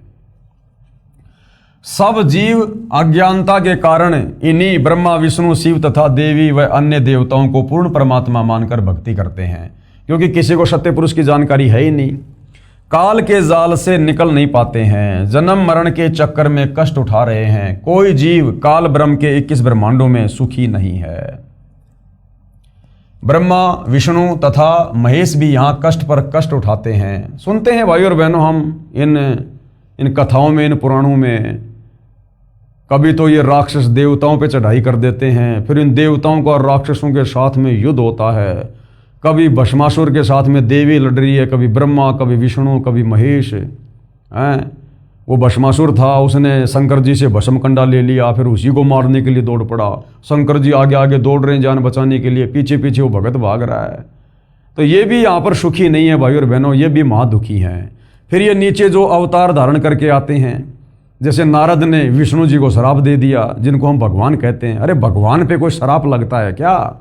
लेकिन ये भगवान नहीं थे। तो नारद जी ने, जो ब्रह्मा जी का बेटा है, उसने अपने चाचा विष्णु जी को श्राप दे दिया, और उस श्राप को भोगने के लिए विष्णु जी धरती पर रामचंद्र रूप में आए। पूरी जिंदगी यहाँ पर दुखी रहे। 14 साल का वनवास, औरत को रावण उठा ले गया, सेना इकट्ठी करके रावण को मार के अपनी स्त्री वापस लाया। वापस लाने के बाद में सीता जी को जंगल में निकाल दिया। खुद कहाँ बैठा है, बाल बच्चे कहाँ है, वो आदमी कभी सुखी हो सकता है? अंत में दुखी होकर सरयू नदी में आत्महत्या करनी पड़ी, जिसको लोग जल समाधि कहते हैं। ऐसे श्री कृष्ण जी आए हैं, जन्म लेते ही मामा उसका दुश्मन हो गया। थोड़ा सा बड़ा हुआ तो कभी पूतना मारने आ रही है, कभी काल्यावन, कभी जरासिंध, कभी शिशुपाल, कभी चानोर, कभी केसी। बेचारा दुखी रहा। फिर महाभारत का युद्ध हो गया, 56 करोड़ यादव मर गए, श्री कृष्ण जी का खानदान नष्ट हो गया। अंत में उसके पैर में बालिया नाम के शिकारी ने, जो त्रेता युग में जो बाली वाली आत्मा थी, राम ने उसको धोखे से मारा था। द्वापर में उसका बदला देना पड़ा। उस बाली वाली आत्मा ने द्वापर में बालिया बनकर श्री कृष्ण जी के पैर में जहरीला तीर मारा, तड़प तड़प के मरा। तो ये देवता गण भी, ये ब्रह्मा विष्णु महेश भी काल के लोक में सुखी नहीं हैं। ब्रह्मा विष्णु महेश भी यहाँ कष्ट पर कष्ट उठाते हैं। इसी पुस्तक के पेज नंबर 43 पर लगी श्री देवी पुराण के प्रथम स्कंद के अध्याय 4 की फोटोकॉपी में श्री विष्णु जी ने ब्रह्मा जी से कहा कि मैं सदा तप करने में लगा रहता हूँ। तप से सिद्धि शक्ति प्राप्त करके, यानी बैटरी चार्ज करके, फिर राक्षसों से युद्ध करता रहता हूँ। जनता को दुख देने वाले दानवों को मारता हूँ, यानी उनके विकराल शरीरों को शांत करता हूँ। कभी सौभाग्य से समय मिला तो लक्ष्मी के साथ सुखपूर्वक समय व्यतीत करता हूँ, नहीं तो तप करके इन देवताओं के साथ युद्ध ही करता रहता हूँ। इस प्रकरण से सिद्ध हो जाता है कि यहाँ सर्व प्राणी जन्म मृत्यु का कष्ट उठा रहे हैं। यदि कोई पूर्ण परमात्मा का वास्तविक शब्द, सच्चा नाम, जाप मंत्र हमारे से प्राप्त करेगा, कौन कहते हैं? गरीबदास जी, यानी तत्वदर्शी संत से, उसको काल की बंद से, यानी बंधनों से छुड़वा देंगे। हमारा बंदी छोड़ नाम है।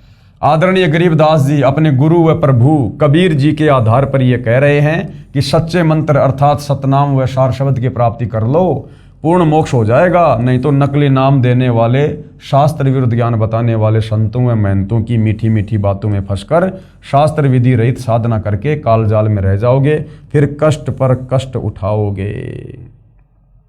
इस विषय में गरीबदास जी क्या कहते हैं? गरीबदास जी महाराज की वाणी, माया आदि निरंजन भाई और अपने जाए आपे खाई।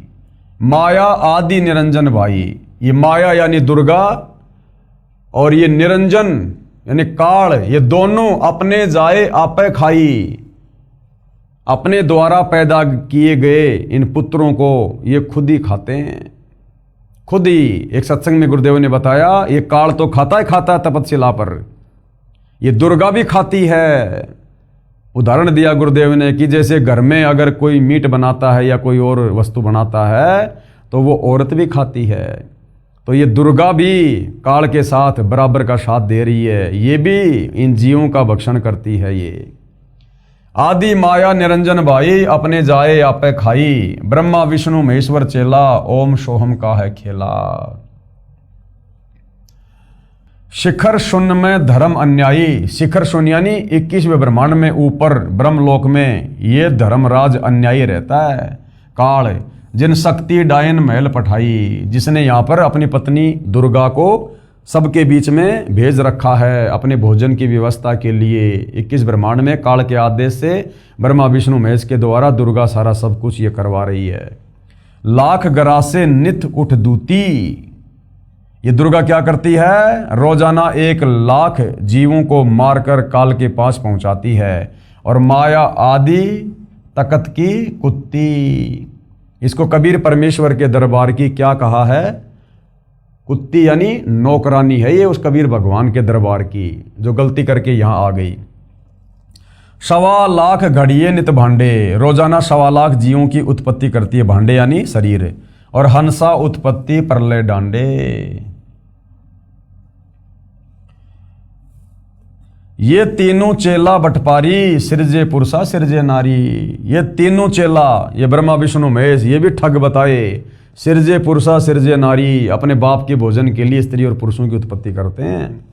और खोकापुर में जीव बुलाए, शौपना बहिस्त बैकुंठ बनाए। खोकापुर में जीव बुलाए, 21 ब्रह्मांड के प्राणियों को शास्त्र विरुद्ध साधना में लगाकर भ्रमित कर दिया, और फिर कभी नरक में कभी स्वर्ग में उनको भेजते रहते हैं। यो अरहट का कुआ लोई, या गढ़बंध्या है सब कोई। ये 21 ब्रह्मांड अरहट का कुआ है, और इसके बंधन में हर कोई बंधा हुआ है। कीड़ी यानी चींटी, कुंजर यानी हाथी, और अवतारा यानी ब्रह्मा विष्णु महेश भी अवतार रूप में। अरहट डोरी बंधे कई बारा, यानी चींटी से लेकर हाथी और ये ब्रह्मा विष्णु महेश तक भी अवतार रूप में आकर अरहट की डोरी से बंध चुके हैं। जन्म मरण के चक्कर में रहते हैं ये। अरब अलील इंद्र है भाई, अरहट डोरी बंधे सब आई। अरब अलील बार तेरे इंद्र, जो देवताओं का राजा है, ये भी बार बार जन्म और मरण में आ चुका है। शेष यानी शेषनाग, महेश यानी शंकर जी, और गणेश्वर ये गणेश जी और उसके वो गण। ताही अरहट डोरी बंधे सब आही, यानी 21 ब्रह्मांड में कोई नहीं बचा है। जितने भी गण हैं, जितने भी देवता हैं, ब्रह्मा विष्णु महेश हैं, देवताओं का राजा इंद्र है, 33 करोड़ देव हैं, 9 नाथ 84 सिद्ध हैं, जितने भी हैं सब यहाँ पर जन्म और मरण में है, अरहट की डोरी से बंधे हुए हैं। शुक्रादिक और ब्रह्मादिक देवा, शुक्रादिक यानी सुखदेव जैसे ऋषि, और ब्रह्मादिक यानी ब्रह्मा विष्णु महेश। अरहट डोरी बंधे सब खेवा, कोटिक करता फिरता देखा, अरहट डोरी कहूँ सुन लेखा। चतुर्भुजी भगवान कहाँ हैं, ये ब्रह्मा विष्णु महेश 4 भुजा के भगवान हैं। अरहट डोर बंधे सब आवें, ये भी काल की अरहट की डोरी के जन्म और मरण के चक्कर में हैं। यो है खोकापुर का कुआ, ये 21 ब्रह्मांड क्या है, ये कुआ है, कुआ खोकापुर। और या में पड़ा सो निश्चय मुआ, और इसमें जो कोई सतलोक से गलती करके नीचे गिरेगा वो अवश्य जन्म और मरण में आएगा। या फिर ये पृथ्वी जो लोक है ये 21 ब्रह्मांड में कुआ है, यहाँ जो आएगा वो जन्म और मरण में रहेगा। तो भाई और बहनों, अब आगे इन सभी वाणियों का पूज्य गुरुदेव भगवान ने सरलार्थ किया है। चूँकि वीडियो ज़्यादा लंबा हो जाएगा, विषय बहुत ही गहरा और गहन है, धीरे धीरे हम इसको समझेंगे, तभी हमारे को ये सदियों से वर्षों से उलझा हुआ आध्यात्मिक ज्ञान धीरे धीरे समझ में आएगा। तो जनता की अदालत में जो मामला चला हुआ है, श्री कृष्ण जी के वकील हिंदू धर्मगुरु और कबीर जी के वकील सतगुरु रामपाल जी, मुद्दा है कबीर बड़ा या कृष्ण। तो सारी बातें शास्त्रों से प्रमाणित करके बताई जा रही हैं, और जनता की अदालत में जनता को सृष्टि रचना से कबीर परमेश्वर जी की वाणी और आदरणीय गरीबदास जी की अमृतवाणी से ये बताया जा रहा है, साबित किया जा रहा है कि वास्तव में सृष्टि रचना क्या है, ये काल क्या है, दुर्गा क्या है, ब्रह्मा विष्णु महेश क्या है, क्यों यहाँ पर सभी जन्म और मरण के चक्कर में हैं, ये काल किसी को दर्शन क्यों नहीं देता, ब्रह्मा विष्णु महेश तीनों गुणों से युक्त करके काल में क्यों यहाँ पर सभी जीवों को कर्म बंधनों में बांध रखा है। ये सारी बातें आप और हमें अब युगों युगों बाद, सदियों बाद परमेश्वर रामपाल जी के कर कमल से लिखित पुस्तकों के माध्यम से, उनके मुख कमल से उच्चारित प्रवचनों के माध्यम से सुनने को मिल रही हैं। तो भाई और बहनों, ये अमृत ज्ञान है, इसका अमृतपान हमने अवश्य करना चाहिए और अपनी आत्मा का कल्याण उनसे उपदेश लेकर अवश्य करवाना चाहिए। ये मौका बार बार नहीं मिलेगा। तो जनता की अदालत में ये मुकदमा कबीर बड़ा या कृष्ण इसी प्रकार से जारी रहेगा जब तक हिंदू समाज के श्रद्धालु अपने सर्व पवित्र धर्म ग्रंथों में आंखों सच्चाई देखकर सत्य से परिचित ना हो जाएं। तो भाई और बहनों, आज की वीडियो में केवल इतना ही। कल फिर परमेश्वर की सेवा में हाजिर होंगे। तब तक पूज्य गुरुदेव भगवान हम सबको आज्ञा दें, आशीर्वाद दें, सद्बुद्धि दें, मार्गदर्शन करें। बंदी छोड़ सतगुरु रामपाल जी परमेश्वर जी की जय हो।